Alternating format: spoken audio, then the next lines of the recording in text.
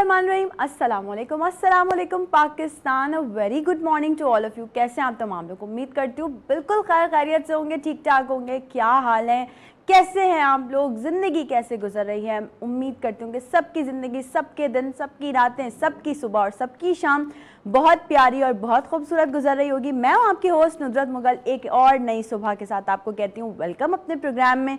आज का दिन एक और नया दिन हम तमाम लोगों के लिए, एक और नए दिन का आगाज़, एक और बहुत खूबसूरत दिन का आगाज़। लेकिन ये दिन, ये लम्हे, ये तमाम चीज़ें खूबसूरत कब तक रह सकती हैं? तब तक कि जब आप अपने आसपास वालों का ख्याल करें, जब आप अपने आसपास वालों की कदर करें। बड़ा इंपॉर्टेंट है, बहुत इंपॉर्टेंट चीज़ है ये कि आपके साथ के जो लोग हैं, ख्वाह वो आपकी फैमिली हो, ख्वाह वो आपके बहुत सारे करीबी लोग हों, उनकी आप कदर करें। क्योंकि जब आपको अपने ऊपर एक चीज़ बर्दाश्त नहीं होती, या आप अपनी ज़िंदगी में कोई चीज़ नहीं देख सकते, अपनी ज़िंदगी में अपनी औलाद के लिए कोई दुख नहीं देख सकते, तो आप दूसरों की औलादों का दुख भी समझने की कोशिश करें। बीइंग अ पेरेंट, आपको ये सोचना चाहिए कि अगर हमारा बच्चा किसी कर्ब और तकलीफ़ से गुजर रहा है, या अगर हमारा बच्चा, अल्लाह ना करे वैसे अल्लाह पाक तमाम बच्चों को सेहत तंदुरुस्ती वाली ज़िंदगी अता फरमाए, लेकिन बीइंग अ पेरेंट आपको ये ज़रूर सोचना चाहिए कि अगर हमारे बच्चे में कोई इश्यूज़ हैं, या हमारा बच्चा कहीं किसी चीज़ में वीक है, तो हमें अगर किसी और को वीक देख रहे हैं, किसी और के लिए वो चीज़ सोच रहे हैं, देख रहे हैं, एनालाइज कर रहे हैं, तो हमें उसको अपने बच्चे की जगह रख के सोचना चाहिए। और हमें इस चीज़ को बहुत पॉजिटिवली फॉलो करना चाहिए कि अगर हम अपने बच्चे की जगह उस फलां बच्चे को रख के सोचें कि कल को अल्लाह ना करे इस स्टेज पे अगर हमारा बच्चा हो तो हम उसके लिए क्या एफर्ट्स करेंगे। तो यकीन जानिए, छोटी छोटी चीज़ें ना, ज़िंदगी की छोटी छोटी सी नेकियां हैं, ये आप तमाम लोगों के लिए ज़िंदगी गुजारने का बायस बन सकती हैं। सुबह का आगाज़ किया करें। मैं हमेशा कहती हूँ कि अल्लाह का शुक्र अदा किया करें, लेकिन साथ साथ मैं कहती हूँ सदका ज़रूर दिया करें। ये जो है वो बलाओं को टालता है सदका। आपकी ज़िंदगी में न जाने आपके सीधे हाथ पे, उल्टे हाथ पे, आगे पीछे, ऊपर नीचे कितनी ऐसी चीज़ें मौजूद होती हैं, कितने ऐसे मैं समझती हूँ बलाएं मौजूद होती हैं जो कि आपको नुकसान पहुँचाने के लिए रहती हैं। लेकिन जब आप सदका दे देते हैं, जब आप खैरात कर देते हैं, सदका खैरात, तो आपकी ज़िंदगी से वो बलाएँ दूर हो जाती हैं। और मैं समझती हूँ कि ना सिर्फ ये बलाएँ, बल्कि आपके आसपास के लोग, उनसे बड़ी बला कोई नहीं है आपके लिए। जो लोग आपकी काट में लगे रहते हैं, जो लोग आपको हमेशा गिराने के चक्कर में लगे रहते हैं, जो लोग हमेशा आपको डीमोटिवेट करने के चक्कर में लगे रहते हैं, उनसे बड़ी बला कोई नहीं। और ऐसी बलाओं से बचने के लिए, ऐसी बलाओं को अपने ज़िंदगी से दूर रखने के लिए मैं एक बहुत अपना जो आजमूदा है वो आप लोगों को आज बताने वाली हूँ। और वो ये है कि जब कभी भी आप नमाज़ पढ़ें, 5 टाइम की नमाज़ पढ़ें, तो जब आप उसमें फ़र्ज़ नमाज अदा किया करें, तो उन फ़र्ज़ नमाज़ों में सूरह फ़लक और सूरह नास को मामूल बना लें। आप मामूल बना लें इस चीज़ को। आप यकीन जानिए, वैसे ही इन दोनों सूरतों का जो तर्जुमा है वो हमें यही बताता है कि अल्लाह पाक, मैं आपकी पनाह मांगती हूँ, या मैं पनाह मांगता हूँ तमाम जिन से, तमाम बलाओं से, तमाम उन शर से जो मुझे हासिदीन पहुंचाना चाहते हैं। तो आप तमाम लोग सूरह फ़लक और सूरह नास को ज़िंदगियों का हिस्सा बना लें। हर नमाज में पढ़ा करें। फ़र्ज़ रकातें जब आप पढ़ा करें तो उसमें लाजमी पढ़ा करें। चलते फिरते, उठते बैठते, सोते जागते इसको अपनी ज़िंदगी का मामूल बनाने। यकीन जानिए, नज़र बहुत बुरी चीज़ है, जादू बहुत बुरी चीज़ है। ये वो चीज़ें हैं जो हंसते खेलते घरों को बर्बाद कर देती हैं। ये वो चीज़ें हैं जो आपकी ज़िंदगी को ना उठा के ऐसे से ऐसे कर देती हैं। और इन पे यकीन रखना या इनको अच्छा बुरा समझना मायने ये नहीं रखता। मायने रखता है कि ये आपकी ज़िंदगियों पे नज़रअंदाज कैसे हो रही हैं। ये बहुत बुरी चीज़ें हैं। इन्हें कोशिश करें कि आप अपनी ज़िंदगी से दूर रखें। किसी के लिए भी बुरा नहीं सोचें, क्योंकि देखें, कभी अगर आप किसी के लिए बुरा सोचेंगे तो यकीनन कहीं ना कहीं वो आपकी ज़िंदगी में भी पलट कर आएगा। क्योंकि हम सब जानते हैं एक वर्ड कि दुनिया मकाफ़ात अमल है।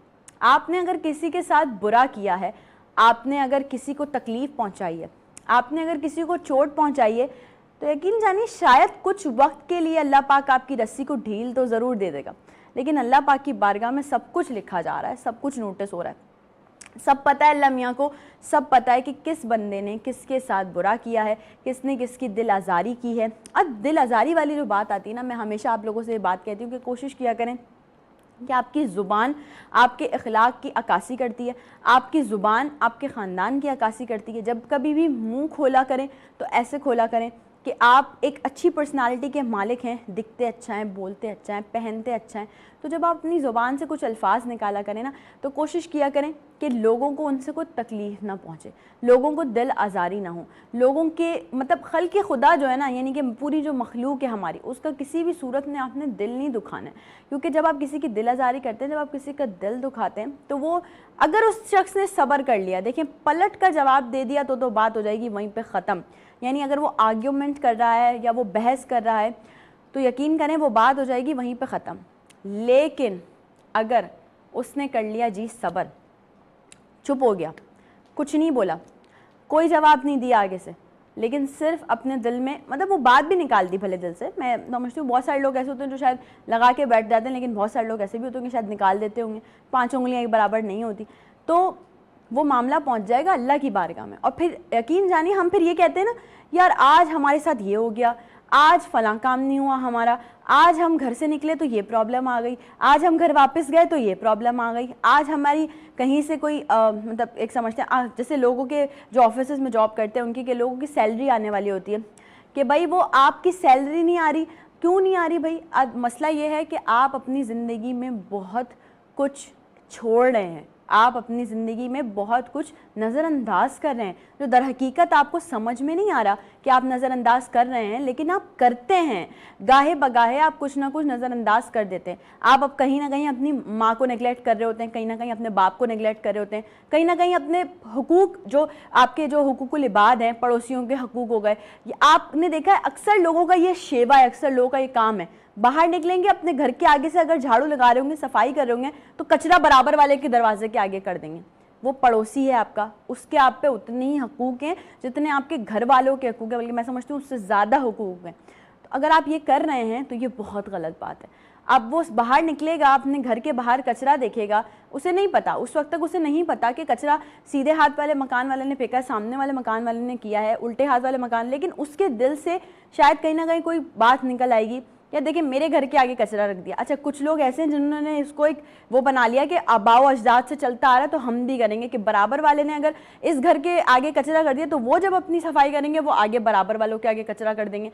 आपने सफाई करनी है ना, आप अपने घर के आगे से सफाई करें, कचरा उठाएं, अपनी डस्टबिन के अंदर डालें और अपने घर के आगे की सफाई की, किसी और के घर के आगे की जगह को क्यों गंदा करें, ताकि लोग उसे देखें, लोग उससे बोलें कि भाई उसके घर के आगे कचरा पड़ा हुआ था, लेकिन पता ये नहीं है कि कचरा किसने फेंका है। तो ये छोटी छोटी चीज़ें हैं, ये वो हकूक़ है जो कि आपने पूरे करने हैं, ये वो हकूक़ हैं जिन पे सोचने की ज़रूरत है। हम हमेशा बात कर रहे होते हैं कि जी सफाई का ख्याल रखें, हम हमेशा बात कर रहे होते हैं लोगों के हकूक़ का ख्याल रखें, बच्चों के लिए अच्छी तालीम और तरबियत का एहतमाम करें, अपने जो घर के बड़े हैं, अपने जो बुज़ुर्ग हैं, उनको जो है वो पॉजिटिवली आप लोग देखा करें, उनसे पॉजिटिवली बात किया करें, ये बहुत ज़रूरी है। और मैं जो बात करी थी ना कि हम सोचते हैं अल्लाह हम पर ये आफत आ गई, हम पर ये मुसीबत आ गई, हमारा ये काम नहीं बन रहा, हमारा वो काम नहीं बन रहा, तो यकीन जानिए कहीं ना कहीं देखिए, अपने आसपास देखिए, या तो आपकी फैमिली आपसे मुतासिर है, या तो आपके रिश्तेदार आपसे मुतासिर हैं, और या आपके जो है वो दोस्त आपसे मुतासिर हैं। कहीं ना कहीं किसी का दिल दुख रहा है आपके लिए, कहीं ना कहीं किसी का दिल आप दुखा रहे हैं, भले जाने अनजाने में, लेकिन दुख रहा है।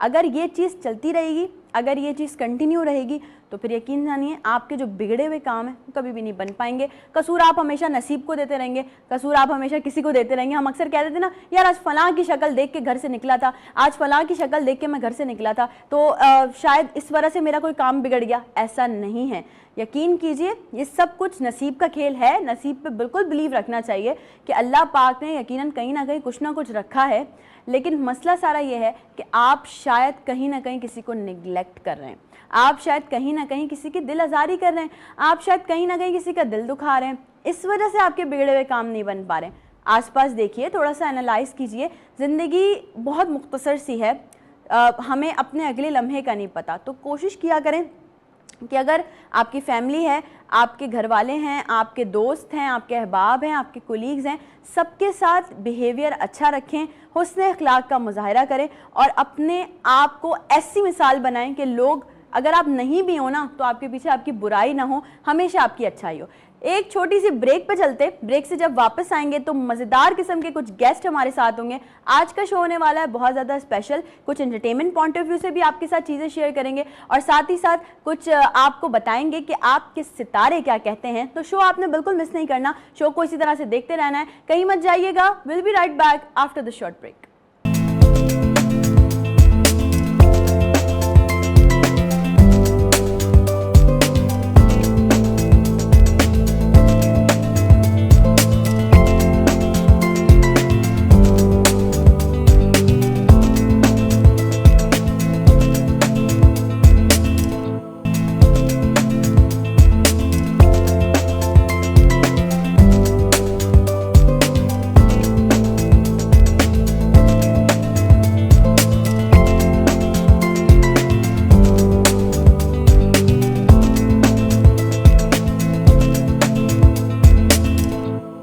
वेलकम बैक एक बार फिर से आप तमाम लोगों को खुशामदीद कहती हूँ नई सुबह में। और जैसे कि मैंने आपको इंट्रो में बताया था कि आज का प्रोग्राम होने वाला है बहुत ही मज़ेदार, बहुत ही खूबसूरत सा, क्योंकि हम 2 दिन से प्रोग्राम कर रहे हैं डिफरेंट सेगमेंट्स पे, डिफरेंट चीज़ें आप तमाम लोगों के सामने प्रेजेंट की जा रही है। आज का प्रोग्राम होने वाला है थोड़ा एंटरटेनमेंट सॉर्ट ऑफ, क्योंकि भाई मेरी ऑडियंस के लिए एंटरटेनमेंट भी बहुत ज़रूरी है। अभी सारी बहनें जो हैं वो बच्चों को स्कूल छोड़ के आराम से टीवी के आगे बैठी होंगी कि जी हम नई सुबह देखें, तो थोड़ा सा माइंड रिलैक्स होना भी ज़रूरी है। और साथ ही साथ कराची का जो मौसम है वो जिस तरह से अप एंड डाउन जा रहा है कि अब हम कोशिश कर रहे हैं और दुआएं कर रहे हैं कि भाई थोड़ी सर्दियां आ जाएं। अब कराची में हमने इतनी गर्मियां देख ली हैं, तो अब आहिस्ता आहिस्ता हम दुआ कर सकते हैं कि मौसम थोड़ा अच्छे की तरफ जाए। तो हमने कहा कराची का मौसम जाए ना जाए अच्छे की तरफ, लेकिन नई सुबह का मौसम थोड़ा सा चेंज करते हैं, एंटरटेनमेंट सॉर्ट ऑफ। आज का प्रोग्राम हम आपके सामने प्रेजेंट करने वाले हैं। आप शो का हिस्सा बन सकते हैं, लाइव कॉल्स कर सकते हैं हमें।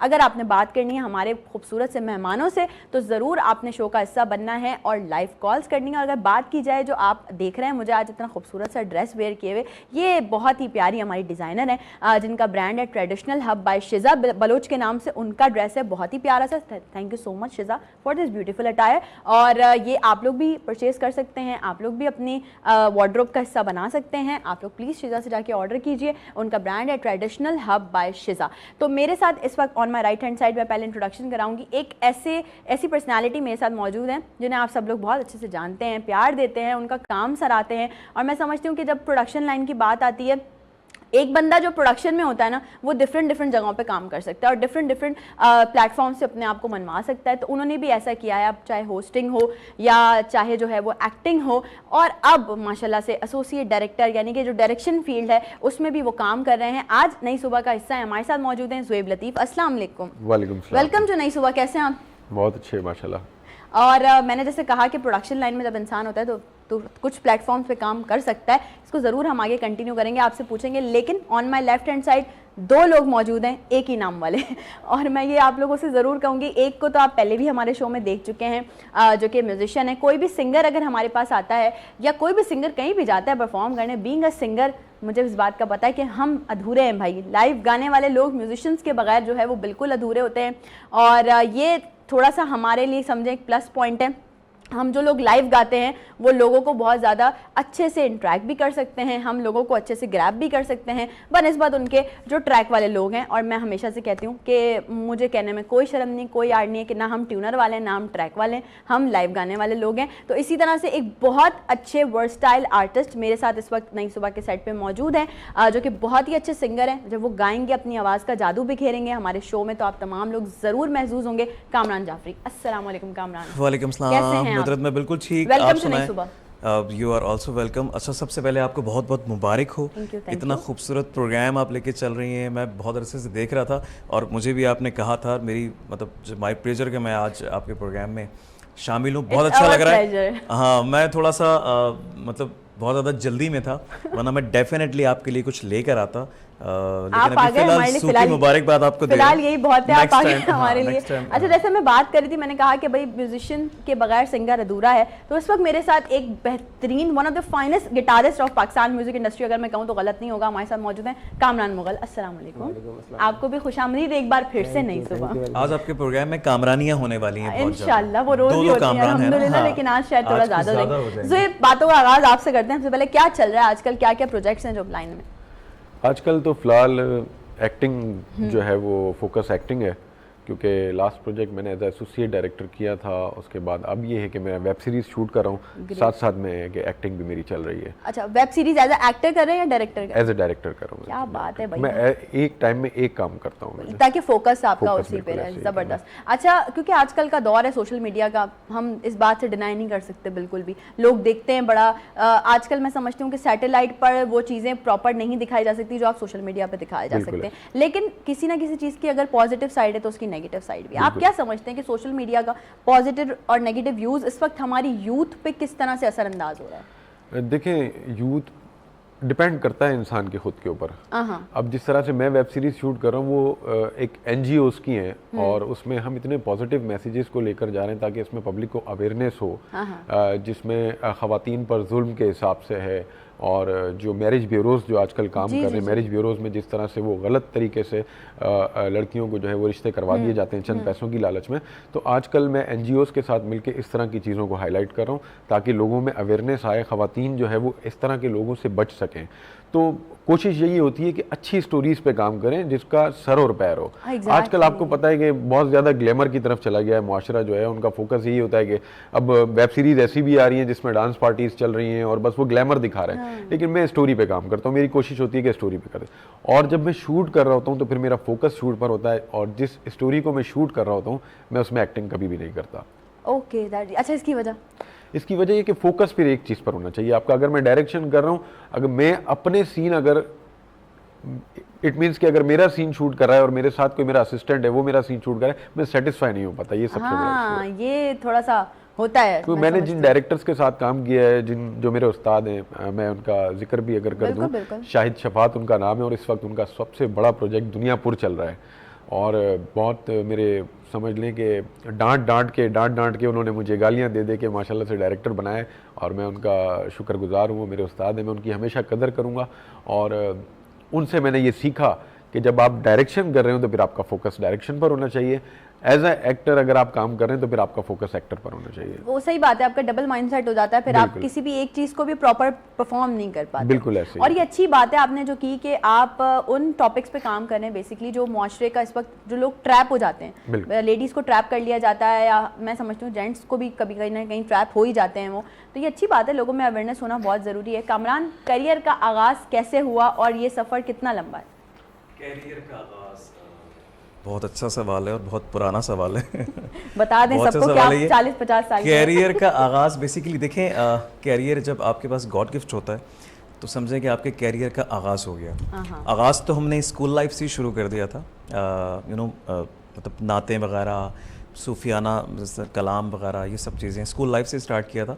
But proper I was in 7th class, जब मैं 7वीं क्लास में था तो हमारा ऑल पाकिस्तान, ऑल सिंध पहले हमारा कंपटीशन हुआ मिली नगमे का, बिकॉज मैं गवर्नमेंट स्कूल से पढ़ा हूँ, ठीक है।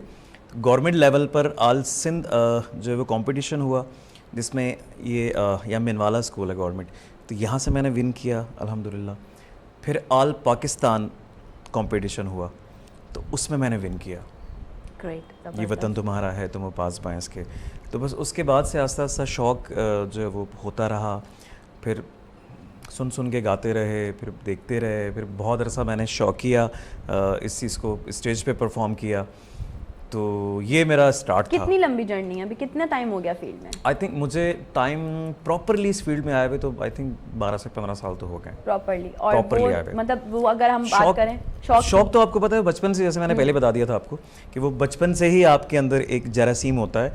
अगर आपकी आवाज़ अच्छी हो या आपके अंदर मतलब कोई भी टैलेंट हो तो वो बचपन से ही वो दिख रहा होता है। तो शौक तो शुरू से ही था, बट प्रॉपर जो स्टार्ट किया उसको नहीं, वो असल में हम इसलिए पूछा जाता है कि ऑडियंस जरा थोड़ा सा कामरान की उम्र का भी अंदाजा लगा ले कि 7 साल 7-7 जी आप जो कहना चाह रही हैं वो उस तरफ मैं नहीं आऊंगा इंशाल्लाह, लेकिन ये है कि प्रॉब्लम तो वैसे करीब करीब रहने दूंगा मैं। ये प्रॉब्लम तो वैसे लड़कियों को होती है कि भाई उम्र नहीं बतानी चाहिए। कहते हैं लड़कियों से उम्र ना पूछो, लड़कों से सैलरी ना पूछो। भाई आजकल तो दोनों चीजें बहुत मैटर करती हैं। देखिए खवातीन की तादाद क्योंकि ज्यादा है तो ये चीज भी हमें लड़कियों से ही मिली है। अच्छा, ओके, कि आप भी जो है काम करते हैं अंडरग्राउंड रखें। आज के शो में मेरी पूरी कोशिश होगी और भरपूर कोशिश होगी कि हम थोड़ा बातें कम करें, आप तमाम लोगों को थोड़ा सा म्यूजिक ज़्यादा सुनवाएं, क्योंकि एंटरटेनमेंट सॉर्ट ऑफ हमारा आज का शो है, तो ज़रूर म्यूजिक की तरफ जाना चाहिए। कामरान, सबसे पहले क्या सुना रहे हैं आप? It's very beautiful song. हमारे बहुत अच्छे लेजेंड्स हैं नुसरत फ़तेह अली खान साहब, तो उनका एक गाना है, क्योंकि सुबह सुबह का टाइम है तो सुर सोए हुए होते हैं, हम जागे हुए होते हैं, नहीं, सुर इसलिए भी मैं जाग जाएंगे। कोशिश करूँगा कि अपना भरपूर बेस्ट दूँ। बहुत अच्छा सा गाना है, आप सबको डेडिकेट, नुसरत आपको भी डेडिकेट, सर आपको भी। चलेंगे।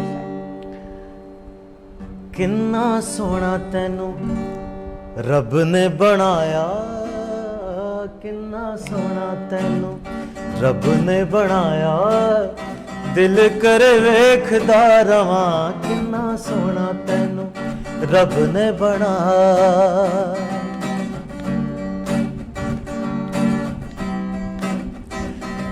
दिल मुड़दा नहीं लख समझाया, दिल मुड़दा नहीं लख समझाया, दिल कर वेखदा रवां, किन्ना सोना तैनू रब ने बनाया।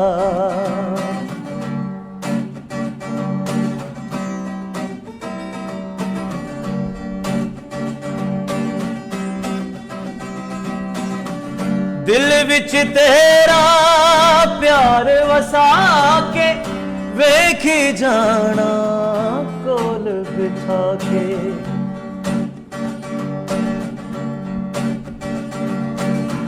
दिल विच तेरा प्यार वसा के वेखी जाना कोल बिठा के, तैनू अखियां दे विच मैं बसाया, तैनू अखियां दे विच मैं वसाया, तैनू अखियां दे विच मैं वसाया, दिल करे वेखदा रवां, दिल मुड़दा नहीं लख समझाया, ओ दिल मुड़दा नहीं लख समझाया, दिल करे वेखदा रवां, किन्ना सोना तैनू रब ने बनाया।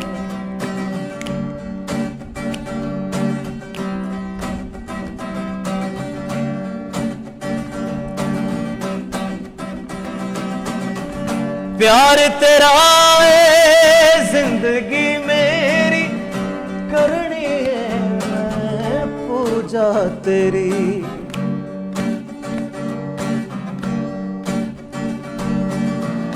प्यार तेरा है जिंदगी मेरी, करनी है मैं पूजा तेरी, तैनू अखियां दे कोल मैं वसाया, तैनू अखियां दे कोल मैं वसाया, तैनू अखियां दे कोल मैं वसाया, दिल करे वेखदा रवां, दिल मुड़दा नहीं लख समझाया, है दिल मुड़दा नहीं लख समझाया, दिल करे वेखदा रवां, किन्ना सोना तैनू रब ने बनाया, किन्ना सोना तैनू रब ने बनाया।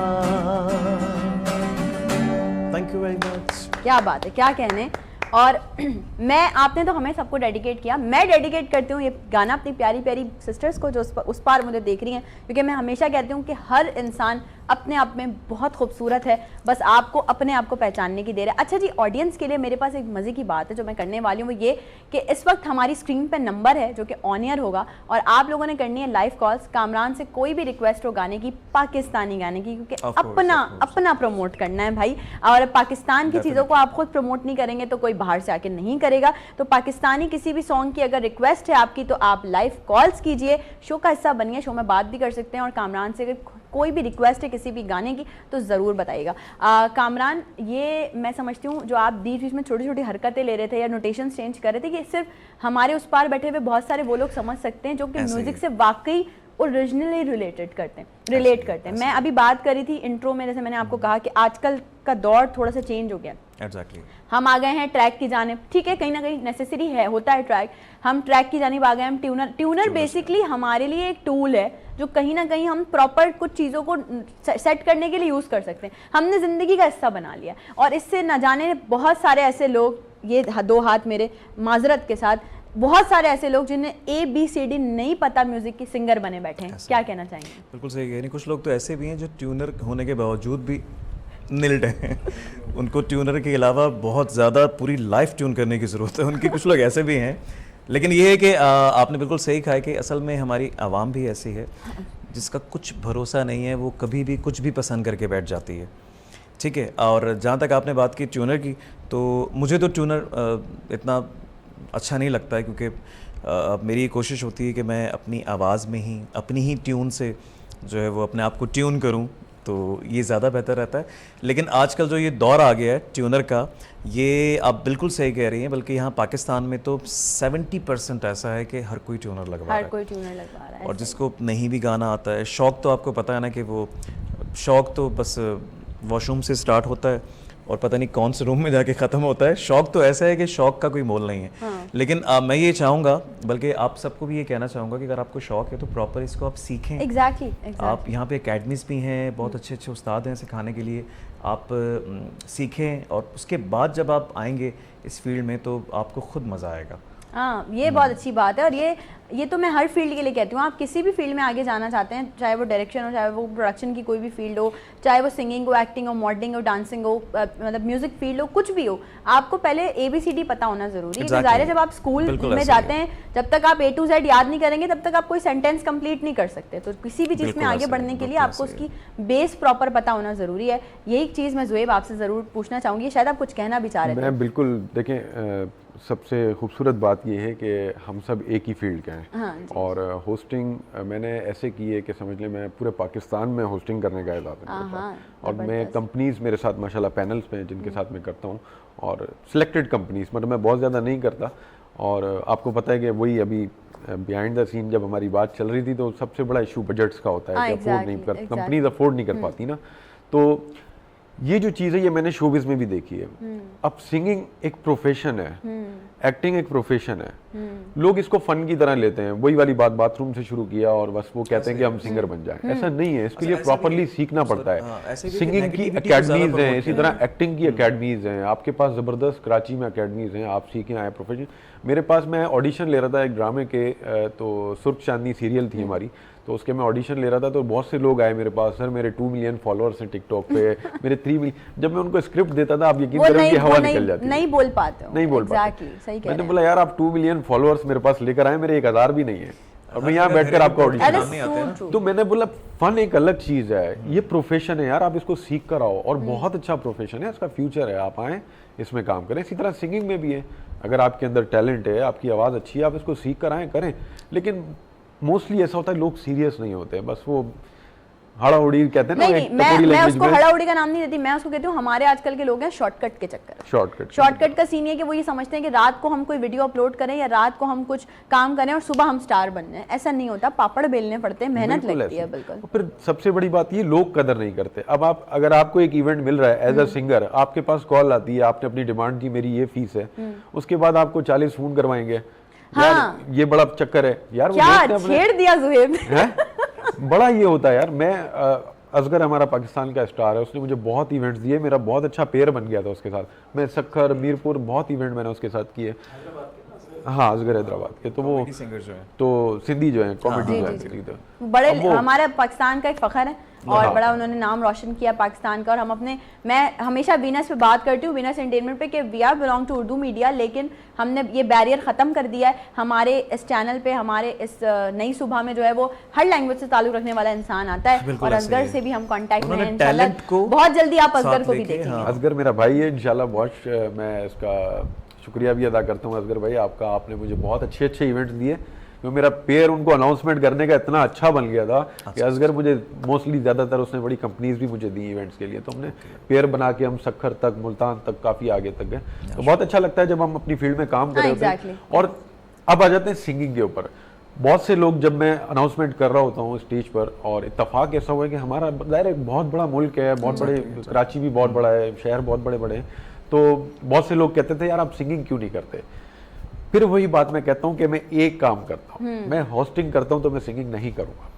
हमारे मोहतरम डायरेक्टर साहब फवाद साहब भी सुन रहे हैं हमारी बातों को, तो उनसे भी एक मरतबा मैंने मशवरा किया, तो उन्होंने बोला यार ज़ुएब भाई आपका बहुत अच्छा आइडिया है कि आप एक ही चीज़ पे काम करते हैं, तो स्टेज पर जब हम अनाउंसमेंट कर सकते हैं, हम परफॉर्म, परफॉर्म कर सकते हैं, लोगों को हम स्माइल दे सकते हैं। कॉमेडी भी हल्की फुल्की, जैसे होस्ट का तो काम होता है ज़्यादा लोगों को एंटरटेन करना, तो गुलकारी करना, सिंगिंग करना अगर कोशिश करे तो बंदा कर सकता है, लेकिन मैं नहीं समझता कि ये इमेज के लिए बेहतर है। मैं समझती हूँ कि आप अपना जो एक क्राइटेरिया में काम कर रहे हैं ना, उसमें आप अपनी मिसाल आप हैं, आपको पता है कि मैं इसमें निभा जाऊंगा, मैं पूरा कर जाऊंगा, मेरे सामने भले 10,000 का क्राउड हो लेकिन मैं होस्टिंग में पूरा कर जाऊंगा। अगर कोई आपको वहाँ पे सिंगिंग करने खड़ा कर देगा ना तो आप कंफ्यूज हो जाएंगे, आपको पता नहीं है चीज़ों का, मतलब जो होस्ट है बेसिकली मैं उनकी बात कर रही हूँ। तो ये अच्छी बात है, ये बहुत अच्छी बात है, और कि आप अपने काम से लॉयल हैं, और जो लोग मुझे देख रहे हैं इस वक्त वो भी भाई कोशिश करें अपने काम से लॉयल रहें। और मैं हमेशा हर शो में बात करती हूँ, मैं तुम लोगों को कभी भी नहीं भूलूंगी, हमारे मुजाहिदों, वो वाले मुजाहिदों जिनका काम कुछ भी नहीं है, सिर्फ टांग पे टांग रख के लैपटॉप रख के बैठ गए, और जो कोई अच्छा काम कर रहा है उसको नेगेटिव कमेंट्स करना शुरू हो गए।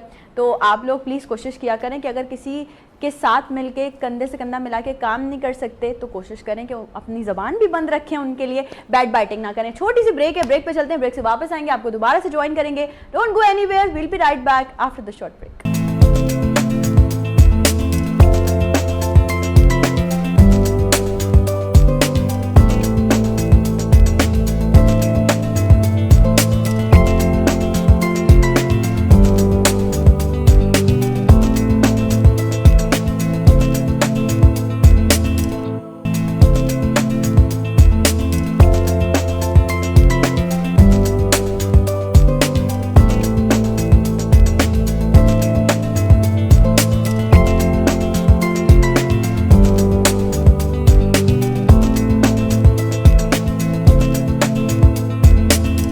Once again welcome back. एक बार फिर से आप तमाम लोगों को खुशामदीद कहती हूँ नई सुबह में। शो बहुत ही खूबसूरत तरीके से हमारा जो है वो जारी और सारी है। ज़ुएब हमारे साथ हैं, कामरान हमारे साथ हैं, एक और कामरान हमारे साथ हैं, और आप लोग हमारे साथ हैं। अपने साथ होने का सबूत भी दीजिए, शो में शामिल होइए, लाइव कॉल्स कीजिए। आपने कोई भी अच्छी से खूबसूरत से पाकिस्तानी गाने की फरमाइश है तो वो आप कर सकते हैं। कामरान हमारे साथ मौजूद हैं।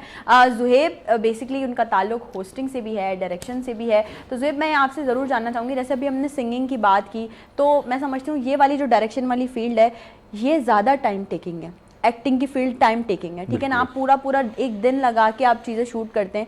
अच्छा, हमारी आवाम के जो आपने कदर वाली बात की उसमें एक ये भी बात है कि आप एक फिल्म को या एक वेब सीरीज़ को शूट करने में इतना टाइम लगा देते हैं और वो आधे घंटे की चीज़ देख के बोल देते हैं मज़ा नहीं आया यार।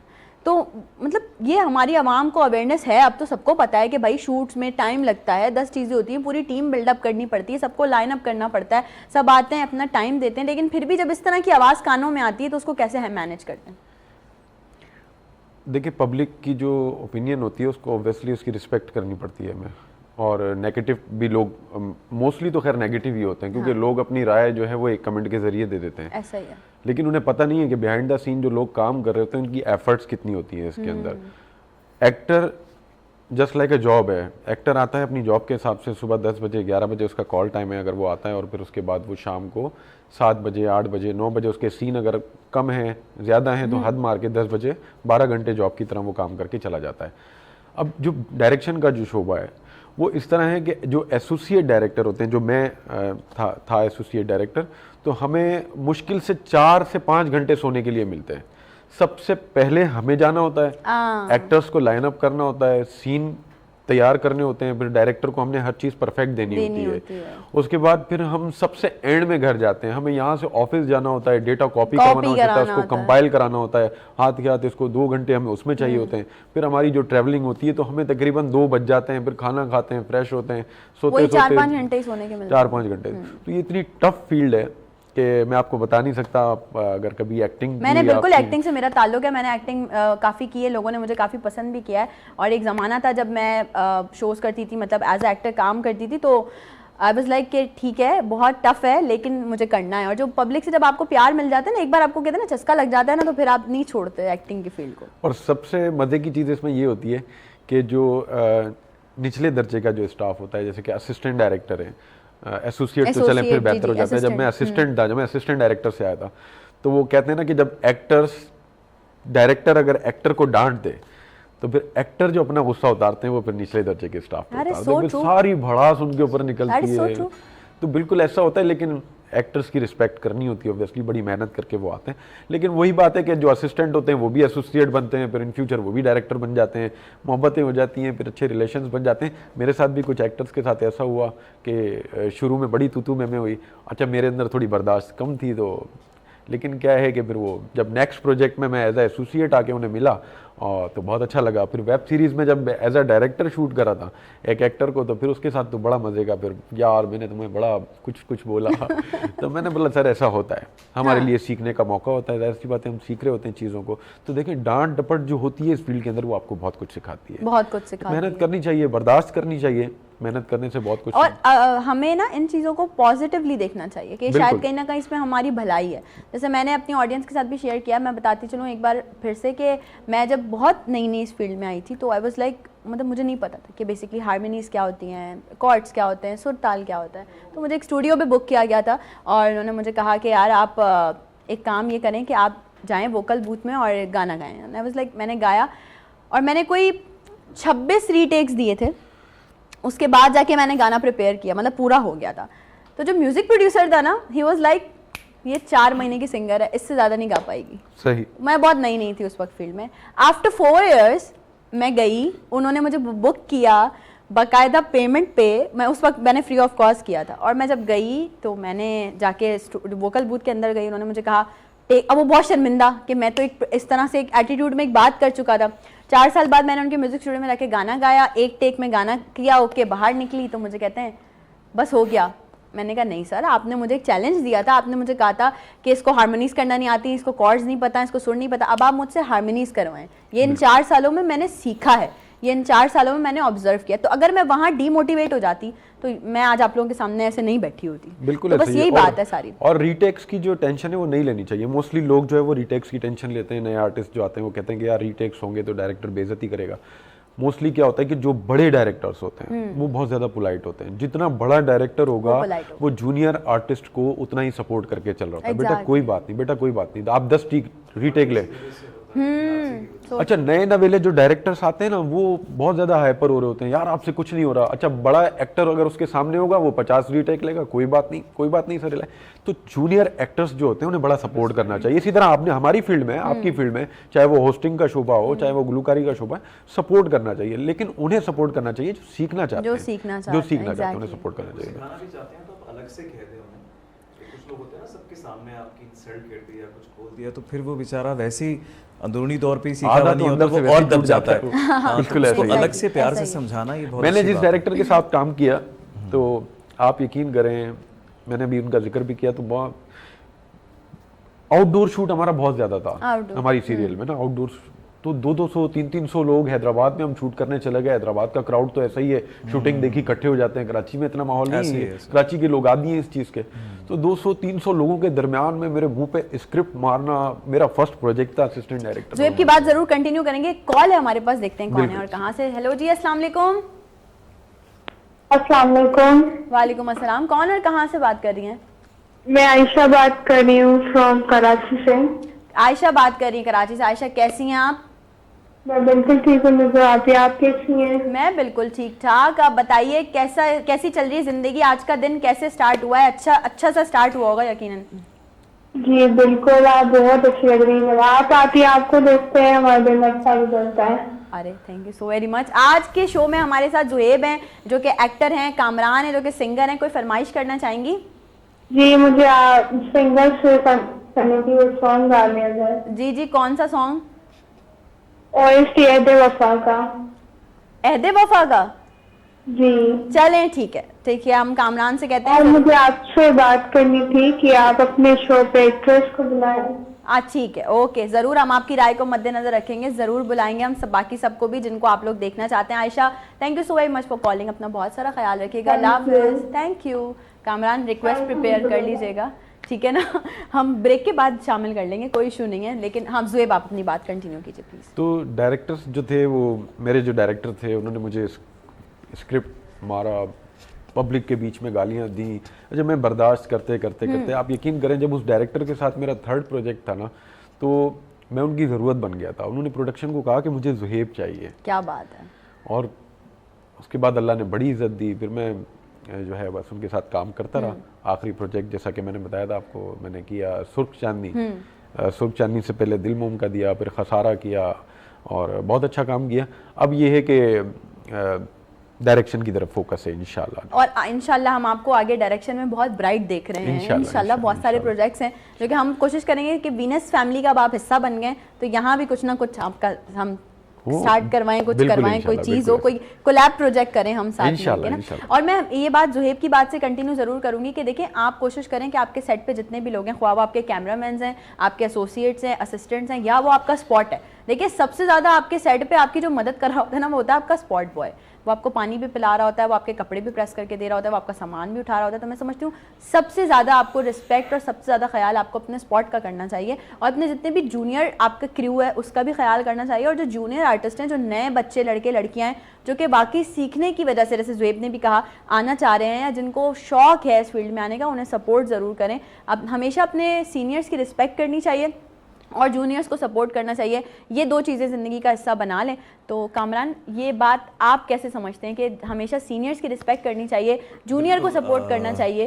तो आप भी करते हैं ज़िंदगी में ऐसा? बिल्कुल, हाँ बिल्कुल मैं करता हूँ। और बल्कि मेरे सीनियर्स जो हैं वो मुझे बहुत दुआएं भी देते हैं इस हवाले से। और ऐसे ही करना चाहिए। आपने बिल्कुल सही कहा है, जहाँ पर आपने मतलब कुछ सीखना है, हाँ, तो वहाँ पे आप अलग से सिखा सकते हैं, अलग से बता सकते हैं। जैसे भी आपने कहा कि 200-300 लोग थे और उन्होंने वो बात, आपको इस वजह से याद है कि वो उस वक्त आपको दुख हुआ होगा, बट ये कि उस बात को सोच कर आपने फिर आगे ज़रूर बढ़े होंगे। वो एक इंस्पिरेशन बन जाता है आपके लिए, वो एक आपके लिए चैलेंज बन जाता है। तो बिल्कुल मैं भी ऐसे ही चाहता हूँ और ऐसे ही सोचता हूँ कि अपने मेरे जो जूनियर्स हैं उनकी भी रिस्पेक्ट करना, और जो सीनियर हैं ऑफ कोर्स वो तो है ही रिस्पेक्ट के काबिल। तो कहते हैं ना, वो झुके हुए फल को ही, मेरे ख्याल, हाँ, दरख्त जो होता है वही फल होता है। तो आज ही बहुत ज़रूरी है इस फील्ड में, बिल्कुल हमारी फील्ड में तो बहुत ही ज़्यादा आज ही ज़रूरी है। लेकिन मैं यहाँ एक बात ज़रूर कहना चाहूँगी कामरान आपकी बात से, कि देखिए, अपनी जॉब या अपना रिलेशन या अपनी कोई भी चीज़ बचाने के लिए अगर आपको झुकना पड़ रहा है तो झुकें, लेकिन अगर बार बार आपको ही झुकना पड़ रहा है तो रुक जाएं। मतलब हाँ, इतना भी नहीं है कि आप अपनी सेल्फ रिस्पेक्ट को डिमोलिश कर दें, सामने वाला बिल्कुल ही आपको फॉर ग्रांटेड ले ले, ऐसा नहीं है भाई। अगर आप टैलेंटेड हैं, अगर आप अपने टैलेंट से आगे बढ़े, किसी पर्ची से आगे नहीं बढ़े, किसी रेफरेंस से नहीं बढ़े कि मैं उसका भतीजा हूँ, उसका भांजा हूँ, उसकी भांजी हूँ तो मैं आगे आ गई हूँ। अगर आप में ये सब नहीं है, आप वाकई अपने टैलेंट से, अच्छे कॉन्टेंट से, पॉजिटिव वाइब से आगे बढ़ रहे हैं, तो फिर आप अपनी सेल्फ रिस्पेक्ट को कहीं भी डिमोलिश ना करें। बिल्कुल सही कह रही हैं आप, बिल्कुल ठीक कह रही हैं। इसी बात पे एक गाना, बिल्कुल सही कह रही हैं। जैसे कि आपको पता है, नुदरत खुद जो है वो मल्टी टैलेंटेड है माशाल्लाह, मतलब हर फील्ड से इनका ताल्लुक है। सिंगिंग से भी इनका ताल्लुक है, एक्टिंग से भी है। जो ये नहीं कर मतलब जो है वो नहीं करती हैं, वो भी ये कर सकती हैं। होस्टिंग, मतलब ईच एंड एवरीथिंग, मॉडल भी हैं ये। हो गया। अब आप ये बताएं, आप इन्हें कब रख रहे हैं अपने प्रोजेक्ट्स में?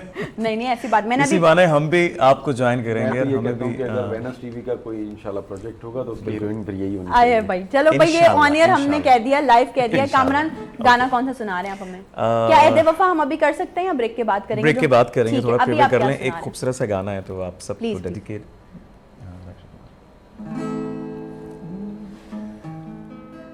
ऐसे लहरा के वो रूबरू आके, धड़कने बेतहाशा धड़कने लगी, ओ तीर ऐसा लगा, दर्द ऐसा जगा, चोट दिल ने जो खाई मजा आ गया।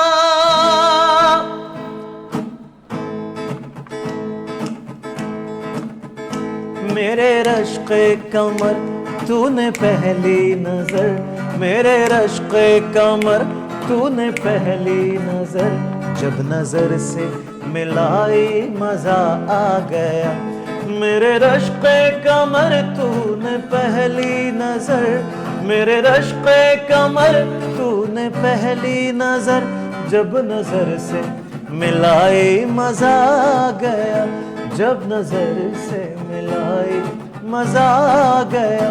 बरक सी गिर गई, काम ही कर गई, बरकसी गिर गई काम ही कर गई, आग ऐसी लगाई मजा आ गया।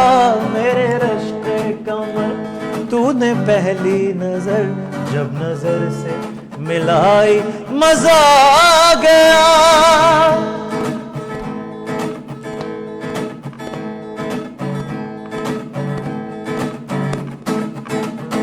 बेहिजाबाना वो सामने आ गए, बेहिजाबाना वो सामने आ गए, और जवानी जवानी से टकरा गई, और जवानी जवानी से टकरा गई। आँख उनकी लड़ी आँख उनकी लड़ी आँख उनकी लड़ी यूं मेरी आँख से, आँख उनकी लड़ी यूं मेरी आँख से, देख कर ये लड़ाई मजा आ गया। मेरे रश्के कमर तूने पहली नजर जब नजर से मिलाई, मजा आ गया। ऐसे लहरा के वो रूबरू आ गई, ऐसे लहरा के वो रूबरू आ गई, धड़कने बेतहाशा धड़कने लगी, धड़कने बेतहाशा धड़कने लगी। तीर ऐसा लगा दर्द ऐसा जगा, तीर ऐसा लगा दर्द ऐसा जगा, चोट दिल ने जो खाई मजा आ गया। मेरे रश्के कमर तूने पहली नजर जब नजर से मिलाई, मजा आ गया। जब नजर से मिलाई मजा आ गया, जब नजर से मिलाई मजा आ गया। क्या बात, Thank you very क्या much. कहने, क्या कहने, मज़ा आ गया, वाकई मज़ा आ Thank गया। you very much. और मैं हमेशा से बात कहती हूँ, बीइंग अ सिंगर तो मैं चीज़ों को एंजॉय कर ही रही होती हूँ, लेकिन मुझे ज़रूर उम्मीद है कि बीइंग अ लिसनर मेरी तमाम ऑडियंस भी इन सारी चीज़ों को और म्यूज़िक को स्पेसिफिकली एंजॉय कर रही हो। क्योंकि अभी पिछले 2 दिन से हम लोग शो कर रहे थे फ़ायदे की बातों पे, हेल्थ पे, फिटनेस पे और ये सारी चीज़ों पे, तो हमने कहा आज थोड़ा सा आप लोगों के माइंड को रिलैक्सेशन देनी चाहिए, थोड़ा सा म्यूज़िक सॉर्ट ऑफ भी आप लोगों से बात करनी चाहिए, थोड़ा सा एंटरटेनमेंट साइड पे भी आप तमाम लोगों को जो है वो लेकर जाना चाहिए। क्योंकि नई सुबह, एक नई सोच है, एक नया आगाज़ है, वीनस एंटरटेनमेंट है, आप तमाम लोग जुड़ गए हैं हमारे साथ। और अब ये बॉन्ड इतना कोई मजबूत हो गया है, इतना कोई प्योरीफाई हो गया है ये बॉन्ड, कि मैं समझती हूँ कि जब तक, अब मैं भी अगर किसी दिन ऐसा हो जाता है कभी इंसान को कि यार थोड़ा डल होता है, सुबह नहीं मूड होता, बट लेकिन एक दिमाग में सोच आती है कि नहीं यार, ऑडियंस है जो वेट कर रही है कि भाई कब सुबह के 10 बजेंगे और कब हम वीनस एंटरटेनमेंट लगाएंगे और नुदरत आएंगी और वो हमसे बातें करेंगी। तो बस ये आप लोगों का प्यार है, आप लोगों की मोहब्बत है कि डेली हम यहाँ प्रेजेंट होते हैं और हमारी पूरी टीम कोशिश करती है कि चुन चुन के खूबसूरत से सितारे, खूबसूरत से फूल इस शो का हिस्सा बनाए जाएं, जिनसे आप लोग बहुत ज़्यादा महसूस हो सकें, जिनको आप लोग अपनी ज़िंदगी में रोल मॉडल्स मानते हैं। मैं समझती हूँ सब कहीं ना कहीं, हम सब, आप तमाम लोगों के लिए कहीं ना कहीं इंस्पिरेशन है, और सबसे बड़ी इंस्पिरेशन, सबसे बड़ी मोटिवेशन आप अपने लिए खुद हैं। जब तक आप अपने आप को नहीं पहचानेंगे, जब तक आप अपने आप को ये नहीं देखेंगे कि यार मैं हूँ, मुझे अल्लाह पाक ने अल्हम्दुलिल्लाह पूरा एक कंप्लीट बनाया है इंसान, अल्लाह पाक ने अपनी बहुत सारी नेमतों में से मुझे अता किया है, मुझे सुनने की नेमत दी है, मैं देख सकता हूँ, उन लोगों से कहीं ज़्यादा गुना बेहतर हूँ जो कि लोग देख नहीं सकते, सुन नहीं सकते, बोल नहीं सकते, मेरे 2 हाथ 2 पैर सलामत हैं। तो फिर कोशिश करें कि ज़िंदगी खूबसूरत बना दें, अपनी भी और दूसरों की भी। ख्याल अपना भी रखें, ख्याल दूसरों का भी रखें, सिर्फ सेल्फिश बना ना करें, सिर्फ अपने बारे में ना सोचें। ज़ुहैब, अगर हम बात करें थोड़ा सा प्रोफेशनल लाइफ से हट के पर्सनल लाइफ पे, तो ज़ुहैब पर्सनल लाइफ में कैसे हैं? मतलब शॉर्ट टेम्पर्ड हैं, गुस्से वाले हैं, पोलाइट हैं, कैसे हैं? गुस्सा तो खैर बहुत ज़्यादा नहीं आता और नॉर्मली लाइफ को गुजारना पड़ती है। और आजकल तो मुआशरे का उसूल भी यही है कि जितना ठंडे रहें उतना ज़्यादा बेहतर है। क्योंकि आपको पता है, जिस तरह से अभी आपने बात की कि एंटरटेनमेंट की भी आपको ज़रूरत पड़ी, कि शो में एंटरटेनमेंट होनी चाहिए, इसी तरह आपको पता है इन्फ्लेशन का दौर है, इन्फ्लेशन की वजह से फ्रस्ट्रेशन बहुत ज़्यादा है, लोग घबराए हुए हैं कि क्या होगा क्या नहीं होगा। तो एंटरटेनमेंट ज़रूरी है, कोशिश करना चाहिए, खुश रहना चाहिए, तो खुश रहना ही बेहतर है हर हाल में। जैसे हम अपने सिंगिंग की बात करें तो हमें भी बड़े चैलेंजेस दरपेश होते हैं, हर फील्ड में ये है, जहाँ भी आप जाना चाहें चैलेंजेस तो हर जगह मिलेंगे। यकीनन आपने भी बहुत चैलेंजेस फेस किए होंगे। तो एक टर्म एक लोग कुछ स्पेसिफिक हमारी दुनिया में होते हैं जिन्हें हम कहते हैं मुनाफिक लोग। यकीनन आपका भी पाला पड़ा होगा। बहुत ज्यादा पड़ा है। कुछ शेयर करना चाहेंगे हमसे? मैं तो कहता हूँ ये छुपा रहे तो ज्यादा बेहतर है। नहीं, क्योंकि मतलब वाकया बयान करने वाले भी हैं, वो समझ जाएंगे। यूज करते हैं लोग आपको, Exactly. Mostly So use true. करते हैं आपको लोग। आप किसी भी फील्ड में, अगर आप सिंगिंग की फील्ड में हैं, आपको भी यूज करने वाले मिले होंगे। इसी तरह शोबिज में, हमारी फील्ड में भी जब मैं कराची आया तो आगे नहीं बढ़ने देते थे, प्रोडक्शन साइड पे अंदर नहीं आने। मैं छोटी सी मिसाल अब आपको मैं दे देता हूँ। एक लड़का जिसे मैं कॉल करता था हैदराबाद से कि यार मेरी किसी तरह किसी प्रोडक्शन में एंट्री तो करवाओ। अच्छा, वो एक छोटे चैनल में था। सही। अच्छा, मुझे जाहिर सी बात है मैंने उसकी बड़ी मिन्नतें करी, यार कोई रास्ता दिखाओ, एक्टिंग का शौक है, ये है वो है, नहीं मिला मुझे। उसके बाद फिर एक हमारे पाकिस्तान के ऐसे फनकार थे, अल्लाह उन्हें जन्नत नसीब करे, अदाकार गुलाब चांडियो, सिंधी अदाकार थे, शायद आपने उनका नाम सुना हो, लेकिन पाकिस्तान के बड़े फनकार थे वो। उनसे मेरी मुलाकात हुई, वो ऐसे फिर बन गए कि जैसे मेरे बड़े भाई बन गए। उन्होंने मुझे बहुत सपोर्ट किया। हमारी पाकिस्तान की बड़ी अदाकारा आयशा खान सीनियर आर्टिस्ट हैं, खालिदा रियासत की जो बहन थी, आयशा आपा कहते हैं हम उनको। उन्होंने मुझे कहा कि बेटा तुम नापा जाओ, national academy of performing arts में। 2014 में वहाँ चला गया, मैंने वहाँ से एक्टिंग को पढ़ा। उसके बाद फिर मुझे प्रोडक्शन का रास्ता मिला, प्रोडक्शन चला गया। फिर उस बंदे की कॉल मेरे पास आती है, यार आप माशाल्लाह एक बड़ी प्रोडक्शन में हैं, तो कोई हमारी भी सेटिंग बनाओ।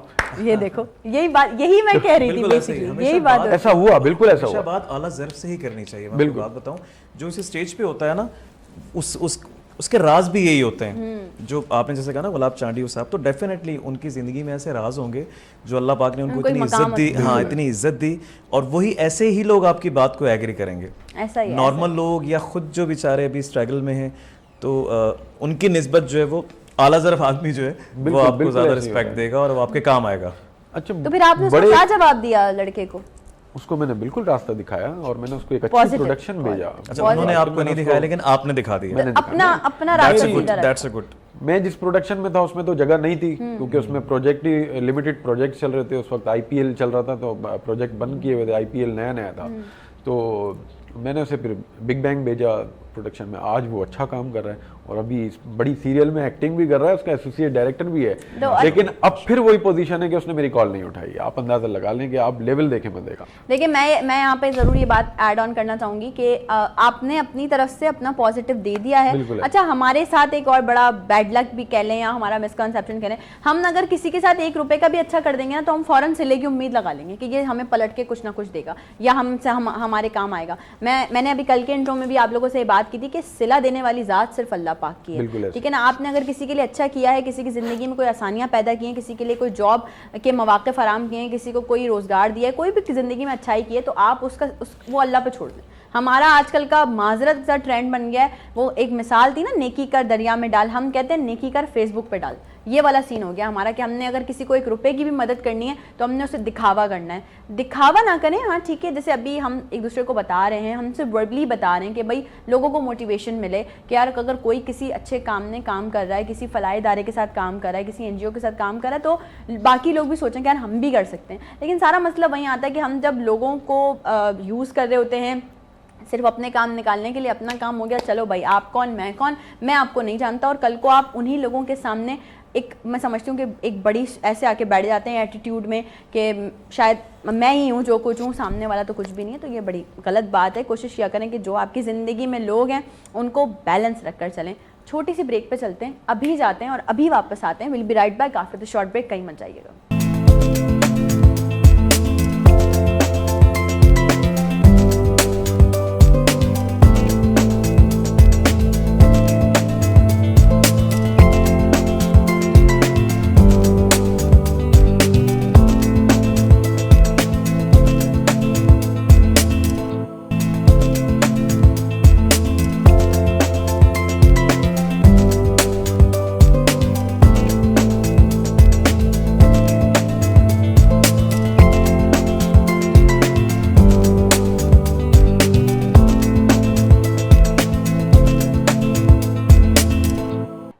आप तमाम लोगों को खुशामदीद कहती हूँ नई सुबह में। और खूबसूरत सा शो आज का चल रहा है। चलते चलते चलते एक अलग सा एडिशन हुआ है हमारे शो में, जो कि मैंने आपको इंट्रोडक्शन में भी बताया था कि आज हम थोड़ा सा बात करेंगे आपकी पर्सनालिटी पे कि भाई अगर आप कैसी शख्सियत के मालिक हैं। वैसे तो सबको अपना पता होता है, लेकिन जो मेरे साथ गेस्ट है ना, मैं आपको बताऊँ वो एक्सपर्ट उस चीज़ में जिसका आपको खुद भी नहीं पता होगा।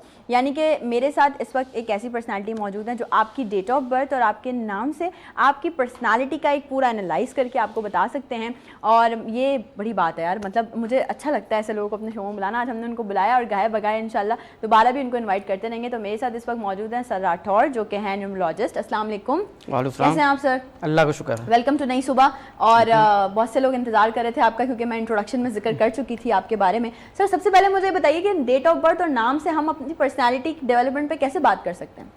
देखिए, जैसे काफ़ी लैंग्वेजेस होती हैं, इंग्लिश होती है, बाकी लैंग्वेजेस होती हैं, इस तरह ये भी नंबर की लैंग्वेज होती है। सही। जिसके अंदर हर नंबर का एक पावर्स होती है। जैसे कि 1 नंबर जो होता है वो एक लीडरशिप दिखाता है। 2 नंबर जो है वो एक ऐसा पर्सन होता है जिसका ऑरा अच्छा होता है, ठीक है। 3 नंबर होता है वो मतलब काफ़ी क्या कहते हैं, समझदार होता है और काफ़ी इंटेलेक्चुअल होता है। स्पेशली 3 नंबर जो होता है वो एक टीचर के लिए, ठीक है, या फिर कोई साइंटिस्ट हो उनके लिए बहुत अच्छा होता है, या स्पेशली डॉक्टरों के लिए अच्छा होता है। इस तरह हर नंबर की अपनी पावर होती है, ठीक है। लेकिन अगर हम इस नंबर को अगर हम देखेंगे नाम के हिसाब से, तो यहाँ चीज़ें थोड़ी चेंज हो जाती हैं।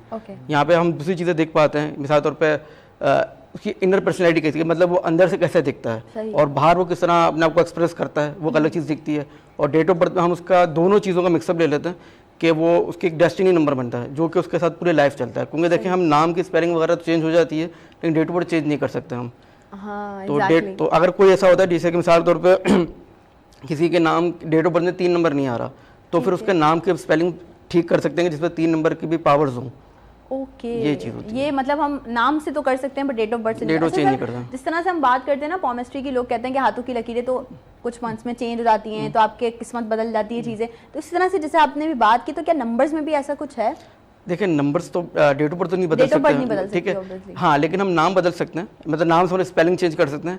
लेकिन उसका ये मकसद नहीं है कि आप चेंज करिए तो फ़ौरन उसका इम्पैक्ट पड़ जाता है। हाँ। उस चीज़ में थोड़ा टाइम लगता है, मतलब 5 से 6 महीने लगते हैं। और फिर टाइम देखें, क्योंकि टाइम जब आगे बढ़ता रहता है तो उस टाइम के साथ हमें कैलकुलेशन करनी पड़ती है। जैसे एग्जाम्पल अभी हम कह रहे हैं अगर 11 बज रहे हैं, तो आप क्योंकि AM हो तो 11 आ जाएगा। लेकिन अगर ये चीज़ रात में लेंगे तो 23 लिखा जाएगा, तो उस वक्त नंबर हो जाएगा 5। तो उस वक्त क्या टाइम चल रहा है, उस नंबर के साथ क्या सूरत हाल होगी वो अलग होगी, और इस वक्त जो सूरत हाल है वो अलग होगी। सर ये इसको हम ऐसे ही कह सकते हैं कि कंसीडर कर सकते हैं कि बच्चों का नाम रखा जाता है, तो कहा जाता है कि बच्चे अगर ज़्यादा बीमार पड़ रहे हैं या उन पर ज़्यादा कोई टेंशन है तो आप नाम चेंज कर दो, नाम भारी है। अच्छा, ये नाम भारी में मैं बता दूं कि ज़्यादातर आपने सुना होगा ये नाम जिनके भारी होते हैं उनका नाम होता है दाऊद होता है या मूसा नाम होता है। ये 2 नाम ही ज़्यादातर होते हैं जो लोग कहते हैं काफ़ी भारी होते हैं, ठीक है। और मैं इसमें ये कहता हूँ, देखिए पहले डेट ऑफ बर्थ चेक करें, डेट ऑफ बर्थ कैसी है, उसके बाद सोचेंगे आपको नाम चेंज करना है या नहीं करना है, ठीक है। जैसे मैं आपको एग्जांपल दे देता हूँ, जैसे कि बहुत कॉमन नाम है हमारे, कामरान नाम बहुत कॉमन है। 2 कामरान है इस वक्त हमारे साथ। ठीक है, तो अब कामरान नाम के साथ उसके तो हमें ये भी लेना पड़ता है उसका लास्ट नेम क्या आ रहा है, ठीक है। तो जब लास्ट नेम आएगा तो फिर उससे बनता है नाम, जिसको हम बेसिक नंबर कहते हैं। और फिर जब लास्ट नेम आता है, जैसे एग्जाम्पल लेते हैं कामरान अली, ठीक है, तो कामरान का नंबर होता है 4, ठीक है, और अली का नंबर होता है 4, तो 4 + 4 बन जाता है 8। तो अब जी जी जी क्या वो नंबर अपना बनेगा? पूछना चाह रहे अच्छा, तो हैदर की स्पेलिंग क्या होगी? हैं। Oh nice. HAIDER। नहीं हैदर वो सही कह रहे हैं, कुछ डिफरेंट स्पेलिंग्स भी होती हैं। बिल्कुल, तो HAIDE और R ना। तो देखिए, जब ये आता है तो ये वो बंदे होते हैं जो पैशन से बहुत प्यार करते हैं अपना, ठीक है।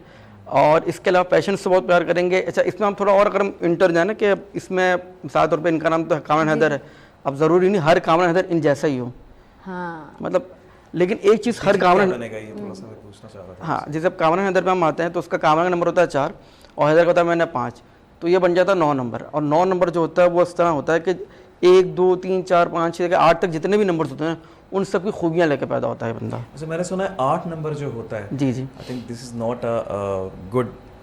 नहीं मैंने सर, सुना है जो सुना तो है। अगर देखें, पहली बात 1 से लेकर 9 तक कोई नंबर बुरा नहीं होता, ओके, ठीक है। सारे नंबर अपनी जगह पे अच्छे होते हैं, लेकिन जाहिर बात है जहाँ अच्छाइयाँ वहाँ थोड़ी सी प्रॉब्लम्स भी रहती हैं, होनी चाहिए सर। लेकिन अगर फिर भी हम बोला जाए कि यार कोई ऐसा नंबर नाम के हिसाब से अगर जो मज़े का नहीं होता, तो मोस्टली वो 4 नंबर देखा जाता है। अच्छा। अगर आप चाइना जाएं तो वहाँ पे 4 नंबर की कोई बिल्डिंग नहीं होती, मतलब उसको 4 नंबर नहीं कहा जाता, ओके, या 13 नंबर नहीं होगा।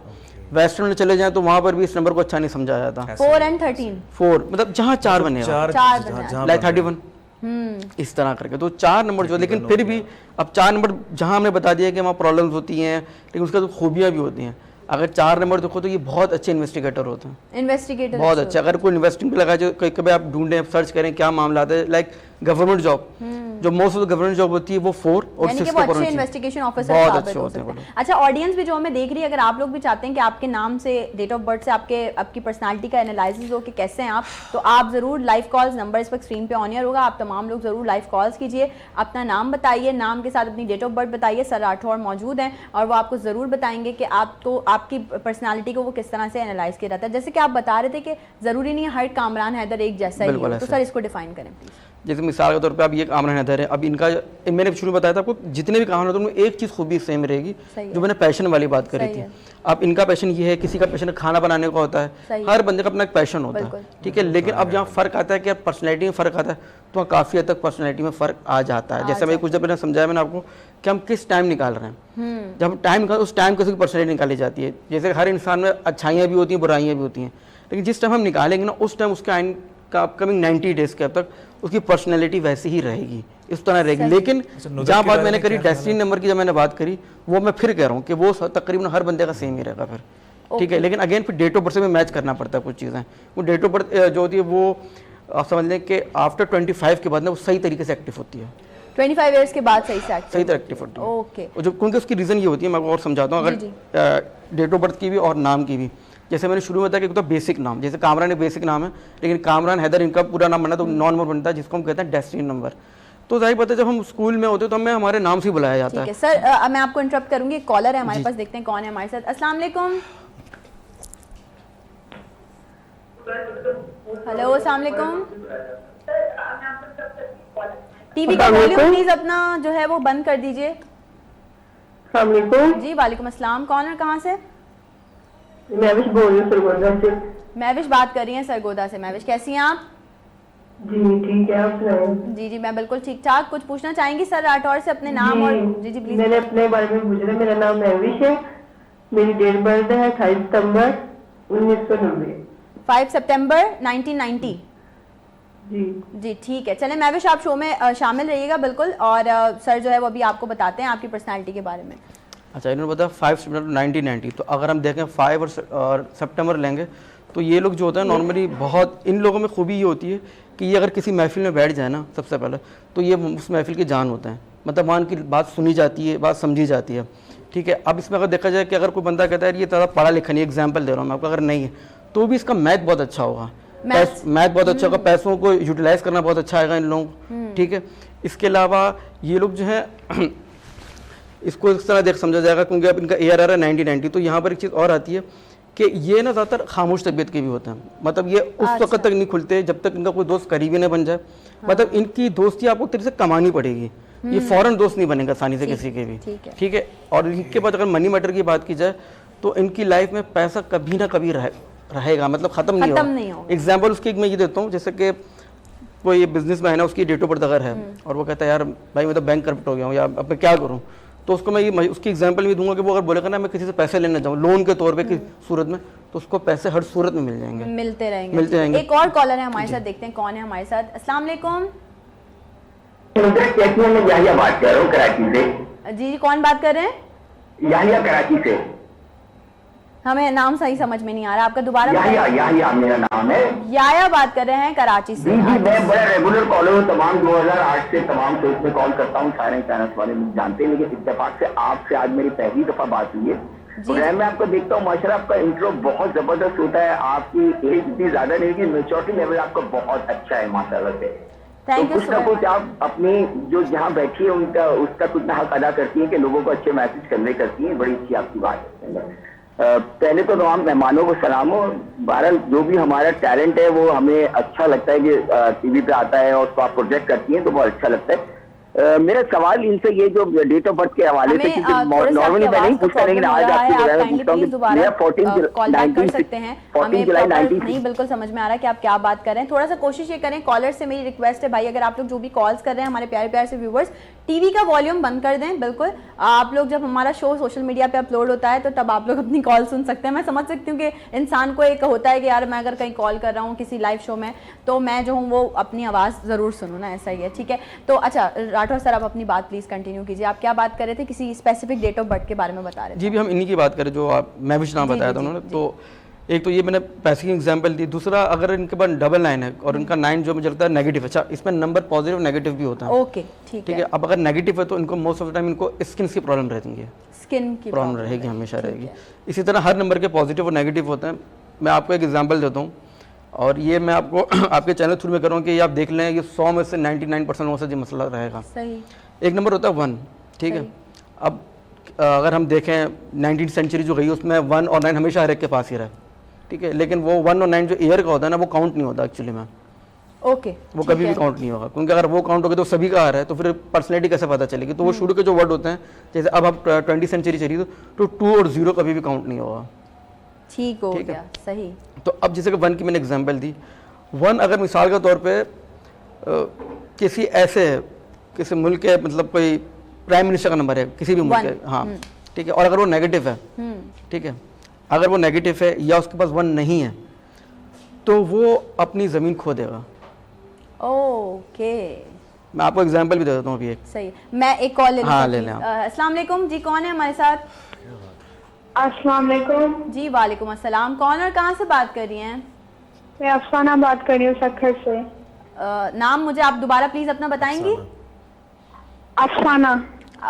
अफसाना। अफसाना जी। अच्छा जी, तो आप क्या पूछना चाहेंगी सर राठौर से? मैं उनकी पर्सनालिटी पूछना चाहती हूँ, नाम की। जी जी, नाम आपने बता दिया, अब आप प्लीज अपनी डेट ऑफ बर्थ भी बताइए, तारीख पैदाइश। जी 1 जनवरी एंड 2006। 1 जनवरी 2006। जी अभी हम बात ही 1 की कर रहे थे, अगर आपको याद हो तो ये 1 जनवरी 2006 है ना। तो अभी इसकी जो उम्र है वो काफ़ी छोटी है, मतलब जाहिर बात है इतनी बड़ी है नहीं। तो अब 1 जनवरी जो आएंगी इसके अंदर हम ये बताएंगे ये वो लोग होते हैं, मतलब अगर इनके नाम पे कोई प्रॉपर्टी ली जाए तो सबसे बेहतरीन होगी, सबसे अच्छी होगी। और इनकी प्रॉपर्टी की मैं एग्जांपल ऐसी दूंगा कि अगर कोई ऐसी जगह जो बंदा है यार ये नाला बना हुआ है, यहाँ की प्रॉपर्टी क्या वैल्यू रहेगी, और अगर ये ऐसे लोग वहाँ प्रॉपर्टी ले लें तो उस जगह की वैल्यू बढ़ जाती है। एटलीस्ट इनकी उस प्लॉट की, उनको उस घर की हर सूरत में बढ़ेगी वजह। सेकंड चीज़ इन्होंने बताया 2006, तो यहाँ पर ये पता चलता है कि ये बहुत अच्छा खाना बनाती होंगी। अच्छा, ठीक है। यहाँ ये पता चलता है कि इनको आउटर ब्यूटी बहुत पसंद है, मतलब इनको मिसाल तौर पे ग्लैमर की हम मिसाल दें तो उन्हें वो बहुत पसंद आएगा। ठीक है, ये सिंगिंग की भी कोशिश करती होंगी घर में। ठीक है, अभी तो खैर इनकी आवाज़ सही तरह आई नहीं, लेकिन जो मुझे आवाज़ से महसूस होता है इनकी आवाज़ ये काफ़ी सॉफ्ट स्पोकिंग भी होंगी, सॉफ्ट स्पोकन होंगी। सही, ठीक है, ये भी देखता है। और ये घर में अपनी बहुत चलाती होंगी। ओके। और आखिरी मैं इनकी बात खत्म करता हूँ क्योंकि नाम का अफसाना, तो यहाँ पर ये बता दूँ ये अगर किसी चीज़ पे जिद पर आ जाए तो वो जिद बड़ी खतरनाक है इनकी। जिद्दी मतलब बहुत हाँ, ज्यादा है। अगर जिद पर आ गई, अगर जिद पर आ गई तो वो अफसाना या यकीनन सुन रही होंगी। एक और कॉल है हमारे पास, देखते हैं कौन और कहाँ से बात कर रहे हैं। अस्सलाम वालेकुम। हेलो, अस्सलाम वालेकुम जी, कौन और कहाँ से बात कर रहे हैं? ये कब की बात कर रहा हूँ, हैदराबाद। हैदराबाद से? अब टीवी का वॉल्यूम प्लीज स्लो कर लें, टीवी का वॉल्यूम स्लो कर लें आप प्लीज। ये कब की बात कर रहा हूँ, हाफिजाबाद से। हाफिजाबाद से बात कर रहे हैं। अच्छा जी, नाम बताइए अपना, नाम बताइए अपना पूरा और डेट ऑफ बर्थ बताइए ताकि हम सर राठौर से आपके बारे में पूछ सकें। 14/1/2004। 14 जनवरी 2004। और पूरा नाम आपका? जी, कासिम अली नाम है, कासिम अली। 14/1/2004। ठीक है कासिम, शो में आप साथ साथ रहिएगा, ठीक है, जरूर सर राठौर अभी आपके बारे में बताते हैं। कासिम अली। अब देखें इनका नाम है, जो कासिमी नॉर्मली स्पेलिंग होती है वो KASIM होती है। ठीक है, तो अब इनमें सबसे अच्छी चीज़ ये ज़िंदगी में कभी भी कोई मुश्किल में अगर फंसते हैं अल्लाह ना करे तो ये उससे निकल जाएंगे। एक चीज़। दूसरी चीज़, जैसे मैंने कुछ देर पहले ही बताया था आपको 5 नंबर के बारे में, तो ये भी 5 नंबर ही बनता है। ओके, ठीक है। अब ये क्या है, ये भी वही है, पैशनेट है। अब इनका जो भी पैशनेट होगा ये उसको हाई लेवल पर रखेंगे, और उसको ये आप सवाल ये आता है कि पैशन हर एक अपने लाइफ में होता है, लेकिन बात ये क्या वो अचीव करेंगे ये? अब सवाल तो अचीव, हाँ ये अचीव कर सकते हैं, क्योंकि इनकी डेट ऑफ बर्थ में 14 आ रहा है, सही। ठीक है। और इनका फिर 2014 इन्होंने बताया, मुझे महीना याद नहीं है, 2004 बताया। तो अब इनके पास आता है जनवरी 14 जनवरी 14 जनवरी। तो अब इनके पास आता है 44। अब 44 जब आ जाए किसी की लाइफ में, जैसे मैंने कुछ देर पहले था कि 4 जो होता है बहुत नेगेटिव होता है, सही, ठीक है। और मैंने फिर ये भी बताया था कि अगर ये इन्वेस्टिगेशन वाली कोई फील्ड में जाए तो वो उनके लिए बेहतर है। तो मैं इनको अगर कोई सजेस्ट करूँ इस वक्त कोई काम के लिए तो यही है गवर्नमेंट जॉब करें सबसे पहले। तो वो 4 के साथ अगर अभी इनके पास एक नंबर की कमी है 6 नंबर की, 4 के साथ अगर 6 जुड़ जाए तो वो गवर्नमेंट जॉब के लिए बहुत स्ट्रांग होता है, ठीक है। इसके लिए अगर इनको मैं सजेस्ट करूँ कोई और काम तो इनको गैजेट्स का काम करना चाहिए, गैजेट्स का बहुत अच्छा काम कर सकते हैं, ठीक है। फिर मैंने आपको कुछ देर पहले बताया था कि 5 नंबर जो होता है वो मनी मैटर बड़ा स्ट्रांग रहता है। तो मतलब अगर वीक भी हो तो उसको संभाल लेता है, तो वही खूबी इनके अंदर भी आती है, ठीक है। फिर इन्होंने बताया जनवरी जो आपने अब जनवरी यहाँ पर ये बताता है इनका जनवरी कि ये वो है जो अपनी बहुत चलेंगे हर बात के अंदर, कि मैं जो कह रहा हूँ वो ठीक है, मतलब लीडरशिप इनको चाहिए हाथ में। अच्छा, एक चीज़ मैं यहाँ ज़रूर पूछना चाहूँगी कि क्या ये भी मैटर करता है कि अगर एक हस्बैंड वाइफ हैं उनके जो 2 नंबर्स हैं अलग अलग, क्या वो भी हम कनेक्ट कर सकते हैं, उससे भी आगे चीज़ें कंटिन्यू हो सकती हैं? अच्छा देखें, अगर हम डेट ऑफ बर्थ से निकालेंगे ना तो कैलकुलेशन थोड़ी लंबी हो जाती है, सही, पर रिजल्ट उसमें ही मिल जाता है, सही। लेकिन जो मैं अमूमन जो मैं खुद देखता हूँ ना तो मैं सिर्फ उनके नाम की स्पेलिंग पूछ लेता हूँ, लेकिन क्योंकि लड़के की पूछना से ज़रूरी होती है कि वो जॉब कर रहा है तो फुल नेम चाहिए होता है। फिर एक बार इंटरप्ट करूंगी, आपके कॉलर्स माशाल्लाह से बहुत सारे, एक और कॉल है हमारे पास, देखते हैं कौन और कहाँ से बात कर रहे हैं। अस्सलाम वालेकुम। हेलो, अस्सलाम वालेकुम। वालेकुम सलाम। जी, कौन और कहाँ से बात कर रही हैं? मैं अफशा सरगोदा से बात कर रही हूँ। अफशा बात कर रही हैं सरगोदा से। अफशा कैसी हैं आप? ठीक है। अच्छा, अफशा प्लीज अपनी डेट ऑफ बर्थ बताइए, तारीख पैदाइश। मेरी डेट ऑफ बर्थ है 21/9/1990। 21/9/1990। जी ठीक है अफशा, आप अभी बस शो के साथ साथ शो देखते रहिएगा। अभी सर राठौर आपके बारे में जो है पर्सनालिटी डेवलपमेंट के बारे में बताते हैं। सर प्लीज बताइएगा। इन्होंने बताया 21/9/1990। तो देखें ये जो है ना ये बहुत ज़्यादा मतलब इनका माइंड बहुत स्ट्रांग होता है, बहुत समझ के बात करेंगी। और अगर किसी महफिल में बैठी तो इनमें सिर्फ मतलब यहाँ थोड़ा सा ना समझना पड़ता है। एक चीज़ ये आती है यहाँ पर कि ये तो बहुत ज़्यादा बात करेंगी या तो बहुत कम करेंगी। अगर ये माने बहुत कम करती हैं तो फिर जब भी करेंगी अच्छी करेंगी, ठीक है। और ये बहुत ज़्यादा ना मतलब सीरियस रहते हैं, लोग सीरियस रहना बहुत पसंद करते हैं, मतलब बेफजूल का हंसना, बेफजूल की बात करना पसंद नहीं करते ये लोग, ठीक है। और ये लोग मतलब इनको कुछ लोग ये भी समझते हैं यार ये थोड़ा सख्त दिल हो सकते हैं। अच्छा, हाँ, तो ये सख्त दिल हो सकता है। और उनका नाम था अफशा। अब क्योंकि अगर ये जॉब करें, अगर मैं एग्जांपल अगर ये जॉब करें तो अफशा का जो मेरी स्पेलिंग समझ में आ रही है वो 7 नंबर बनता है, ठीक है। मुझे स्पेलिंग नहीं पता लेकिन अमूमन जो स्पेलिंग मेरे जहन में आ रही है तो they are good in marketing. हाँ, अगर मार्केटिंग करें, सेल्स करें तो वहाँ ये बहुत अच्छे होते हैं, ये लोग इन चीज़ों में बेस्ट होते हैं ये लोग। ओके ओके, एक और कॉल है हमारे पास, देखते हैं कौन और कहाँ से। अस्सलाम वालेकुम।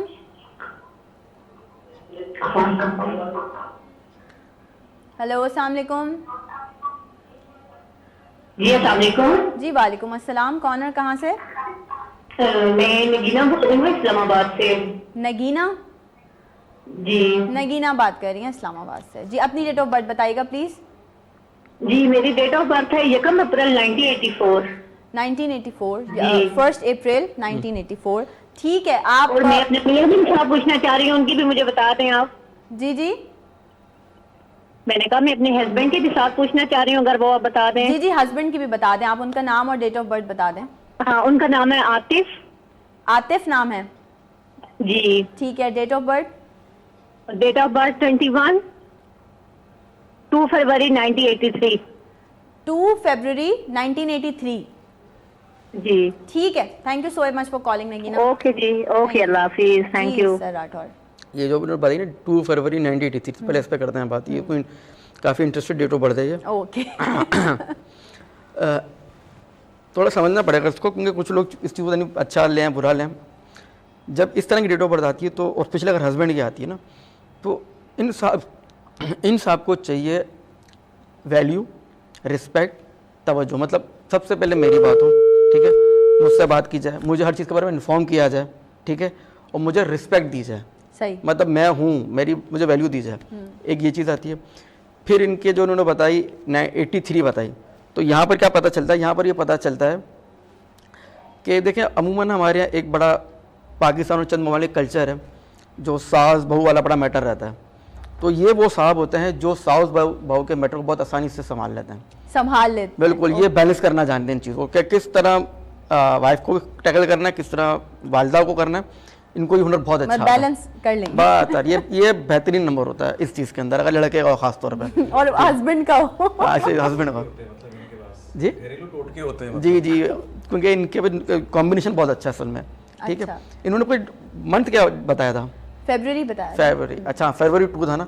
अब यहाँ पर ये आया था क्योंकि 2 डबल हो रहे हैं, अब यहाँ नेगेटिव Second February and हाँ, second तो अब जब मोस्टली फरवरी में ये प्रॉब्लम रहती है ज़्यादातर, इसमें अगर 22 फरवरी निकाला है तो इनको कोई भी काम बोला ना बेटा कि आप ये काम कर ले, तो ये पहले मना कर देंगे, यार मैं ये काम नहीं कर सकता, मेरे से ये काम नहीं हो रहा। सही। तो इनको आपको मोटिवेट करना पड़ेगा। जब तक उनको मोटिवेट नहीं करेंगे, यार भाई तू कर ले, तेरे से हो जाएगा, तू कर सकता है, तो फिर इनमें एक हिम्मत आती है और फिर ये उस काम को करने की कोशिश करते हैं। वरना इनका ज़्यादा प्रॉब्लम ये रहता है कि ये लोग नहीं यार हमारे बस का नहीं, यार मैं ये नहीं कर सकता। इसके अलावा इनका जो गुस्सा है ना, वो थोड़ा कंट्रोल करना बड़ा मुश्किल है। मतलब शॉर्ट टेम्पर्ड होते हाँ, हैं। उनका नाम आतिफ बताया जाता जी, मुझे जी, याद पड़ता है, तो इनका गुस्सा संभालना थोड़ा मुश्किल, तो उनको कोशिश करें गुस्से में कम लाएं। और जो मैंने शुरू में बताया आपको एक बात कि इनको रिस्पेक्ट दी जाए, मतलब आप वैल्यू दी जाए। वैल्यू दी जाएगी तो ये खुद ब खुद दोनों तरफ से बेहतर चलेंगे, वाइफ के साथ भी चलेंगे स्पेशली, और घर वालों से तो ऐसे ही चलते हैं। एक और कॉल है हमारे पास, देखते हैं कौन है। हेलो जी, अस्सलाम वालेकुम।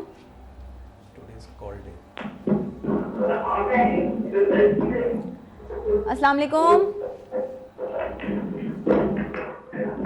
अब हम बहुत ज़्यादा इस कॉल से आपके थोड़ा सा प्लीज़ अपना जो टीवी का वॉल्यूम है वो स्लो रखिए और हमसे प्लीज़ बात करिए। जी, कौन और कहाँ से बात करिए? हेलो, अस्सलाम वालेकुम। जी जी, कौन और कहाँ से बात कर रही हैं? Hello hello hello. जी, आपको मेरी आवाज़ आ रही है?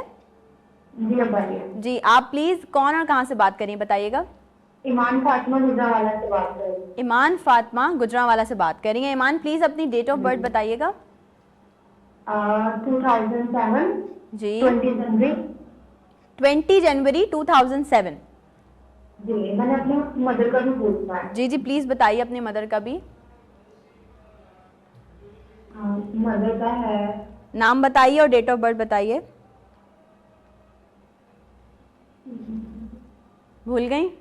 याद नहीं आ रही आपको? अच्छा चलें ईमान, कॉल आपकी जो है वो ड्रॉप हो गई है। अभी हम आपके बारे में पहले बात कर लेते हैं। 2007 20 जनवरी, ईमान फातिमा। ये जो है ना, देखिए इस्लाम में बताई जाती है कि इंसान को गुमान जो ना हमेशा सही करना चाहिए, गलत नहीं सोचना चाहिए। सही। तो वो चीज़ इन पे 100% लागू होती है, जैसे हम सब पे लागू होती है, लेकिन इन पे इसलिए डेट ऑफ बर्थ ये बताती है कि ये सिर्फ पॉजिटिव सोचें।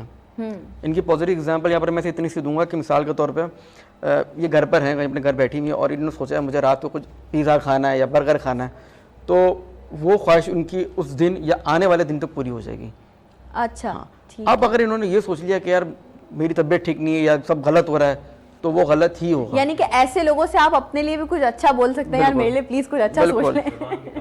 बिल्कुल। ओके, अच्छा जी, इसी बात पे एक छोटा सा ब्रेक है हमारे पास। प्रोग्राम बहुत अच्छे से जारी हो सारी, आप तमाम लोग इसी तरह से शो का हिस्सा बनते रहिए और साथ साथ कंटिन्यू रखिए। छोटी सी ब्रेक पे जा रहे हैं, ब्रेक से वापस आएंगे, आपको दोबारा ज्वाइन करेंगे नई सुबह में। और हमारे साथ जुहेब भी हैं, हमारे साथ कामरान भी हैं, और ये लोग आज यही सोच रहे होंगे कि सारी बात यह है कि आज कॉल डे भी हो गया है, क्योंकि ज़ाहिर लोग बड़े बेकरार होते हैं, और ये बेकरारी हम थोड़ी देर, मतलब कहते हैं सब्र का फल मीठा होता है। अभी आप थोड़ा सब्र करें, हम यूं गए और यूं वापस आए।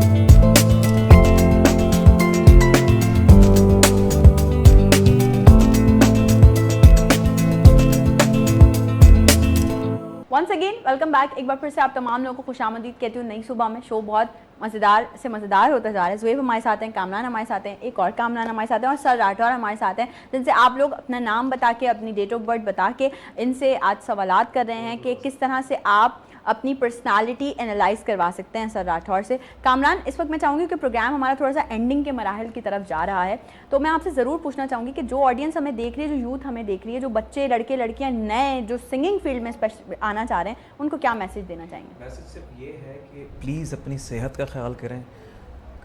जो गाना गाना चाहते हैं, जिस फील्ड में आना चाहते हैं, सबसे पहले अपने आप को नशे से पाक रखें, बिकॉज आवाज़ अगर किसी को गॉड गिफ्ट मिली है तो उसकी बहुत ज़्यादा कदर करें और प्रॉपर सीखें।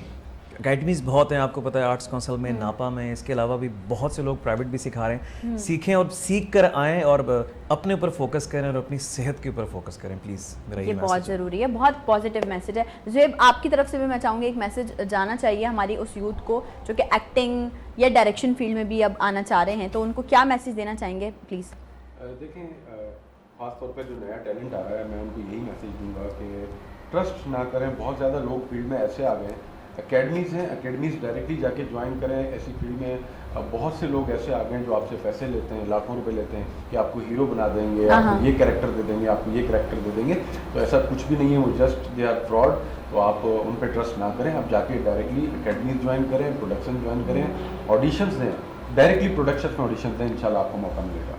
आप बिल्कुल। और मैं यहाँ पे इस मोमेंट पे ज़रूर एक शेयर ऐड करना चाहूँगी उन तमाम हमारे यंगस्टर्स, हमारे यूथ के लिए जो कि किसी भी फील्ड में नए आना चाहते हैं। तो आप अपने गोल्स को, अपने अज़म को बड़ा मजबूत रखिए और अपना एक फोकस माइंडसेट के साथ ना अपने पाथ पे चलते जाइए। इरादे जिनके पुख्ता हो, नज़र जिनकी खुदा पर हो, तलातम खेज़ मौजों से वो घबराया नहीं करते। तो ये आप तमाम लोगों ने अपनी ज़िंदगी का हिस्सा बना लेना है और कभी भी किसी के सामने डीमोटिवेट ना हो, कभी भी किसी को अपनी कमज़ोरियाँ मत दें, कभी भी किसी को ना बताएं कि किस चीज़ से आपको खौफ है। ये कि अपने खौफ, अपने डर सिर्फ अल्लाह के आगे बयान किया करें, क्योंकि आप जो लोग सजदों में रोते हैं उन्हें दुनिया के आगे रोने की ज़रूरत नहीं पड़ती है। ये पर्सनल एक्सपीरियंस भी है, मैं समझती हूँ।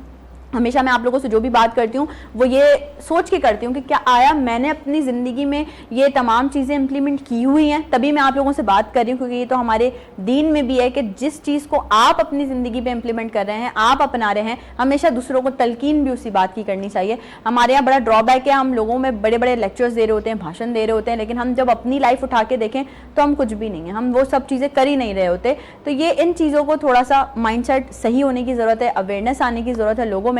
सर राठौर, मुझे बताइएगा, काफ़ी सारे लोग ऐसे होते हैं, ऐसे आप न्यूमरोलॉजिस्ट हैं तो आपको ज़रूर इस बात से, आपके पास भी बहुत सारे क्लाइंट्स ऐसे आते होंगे जिनमें नाकामी का खौफ होता है, नाकामी का डर होता है। इस डर से वो किसी चीज़ में स्टेप इन करते कि भाई अगर हम हार गए, हम नाकाम हो गए तो कैसे दुनिया को फेस करेंगे, माशरा के अगर रिश्तेदार क्या कहेंगे। सर, ये नाकामी का खौफ कैसे ख़त्म कर सकते हैं अपने अंदर से? देखिए, अगर मैं न्यूमरोलॉजी के साथ सोचूं तो ये नाकामी का खौफ ज़्यादातर उन्हीं लोगों में होता है जिनका नाम या डेट ऑफ बर्थ में 2 ज़्यादा हो। 2 ओके, ठीक है, क्योंकि मैंने कुछ देर पहले बताया ना कि 2 वालों को बताना पड़ता है, भाई आप ये उनको मोटिवेट करना पड़ता है बार बार। तो इन्हीं लोगों को सबसे ज़्यादा ये चीज़ होती है। अब सवाल है कि इसको ठीक कैसे करें। देखिए, इसके लिए वैसे काफ़ी मतलब मराहिल होता है, लेकिन अगर मैं इस वक्त आसान अल्फाजों में बताऊँ तो उनके नाम का नंबर जो है ना वो 3 होना चाहिए। सही। 3 सबसे स्ट्रॉन्ग नंबर होता है, सबसे ज़्यादा पॉजिटिव नंबर यही होता है इस तरह की चीज़ों में, कॉन्फिडेंट देने में। वो असल सारा मसला कॉन्फिडेंट का, तो लोगों को कॉन्फिडेंट ही नहीं होता। हाँ, बिल्कुल। तो कॉन्फिडेंट सबसे बेहतरीन नंबर जो है ना वो सिर्फ नंबर 3 है। 3 है सबसे, नंबर 3 है, सेकंड नंबर पे 1 आता है और फिर जाके 9 आता है। 3, 1 एंड 9, लेकिन 9 सबसे पहले 3 नंबर।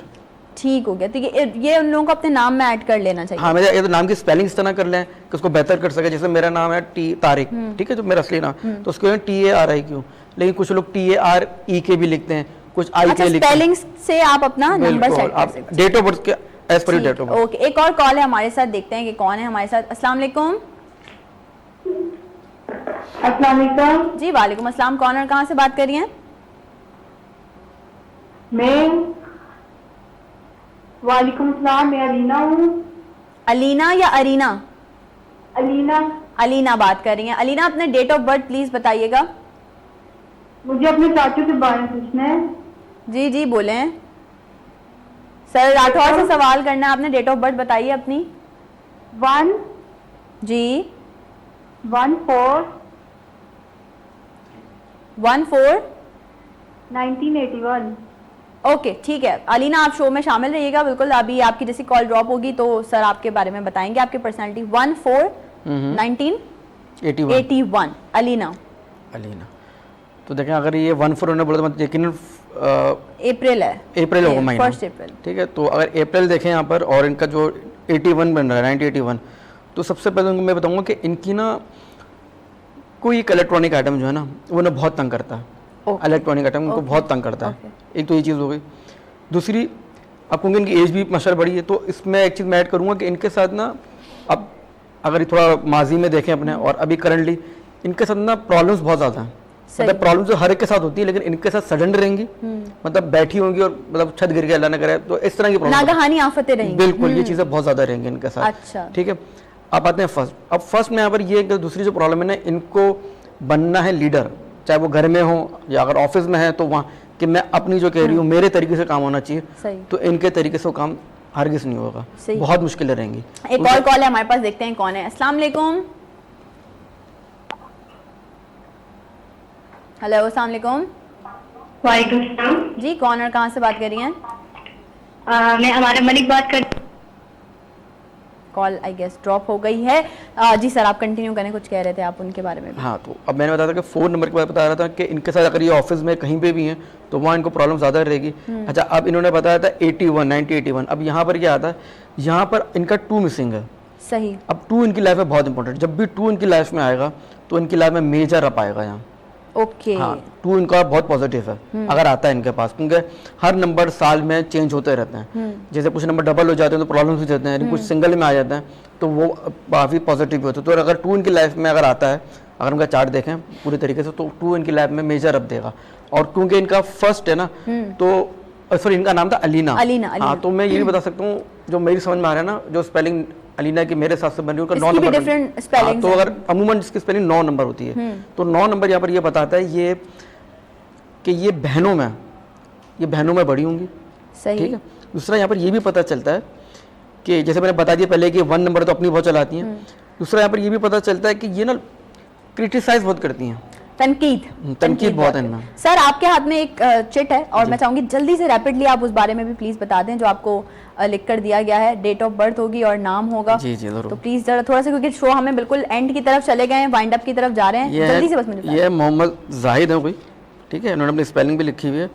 तो सबसे पहले तो ये जो साहब है ना, इनको अपनी लाइफ में से एक चीज़ ख़त्म कर देनी चाहिए, उस चीज़ को हम कहते हैं ज़िद।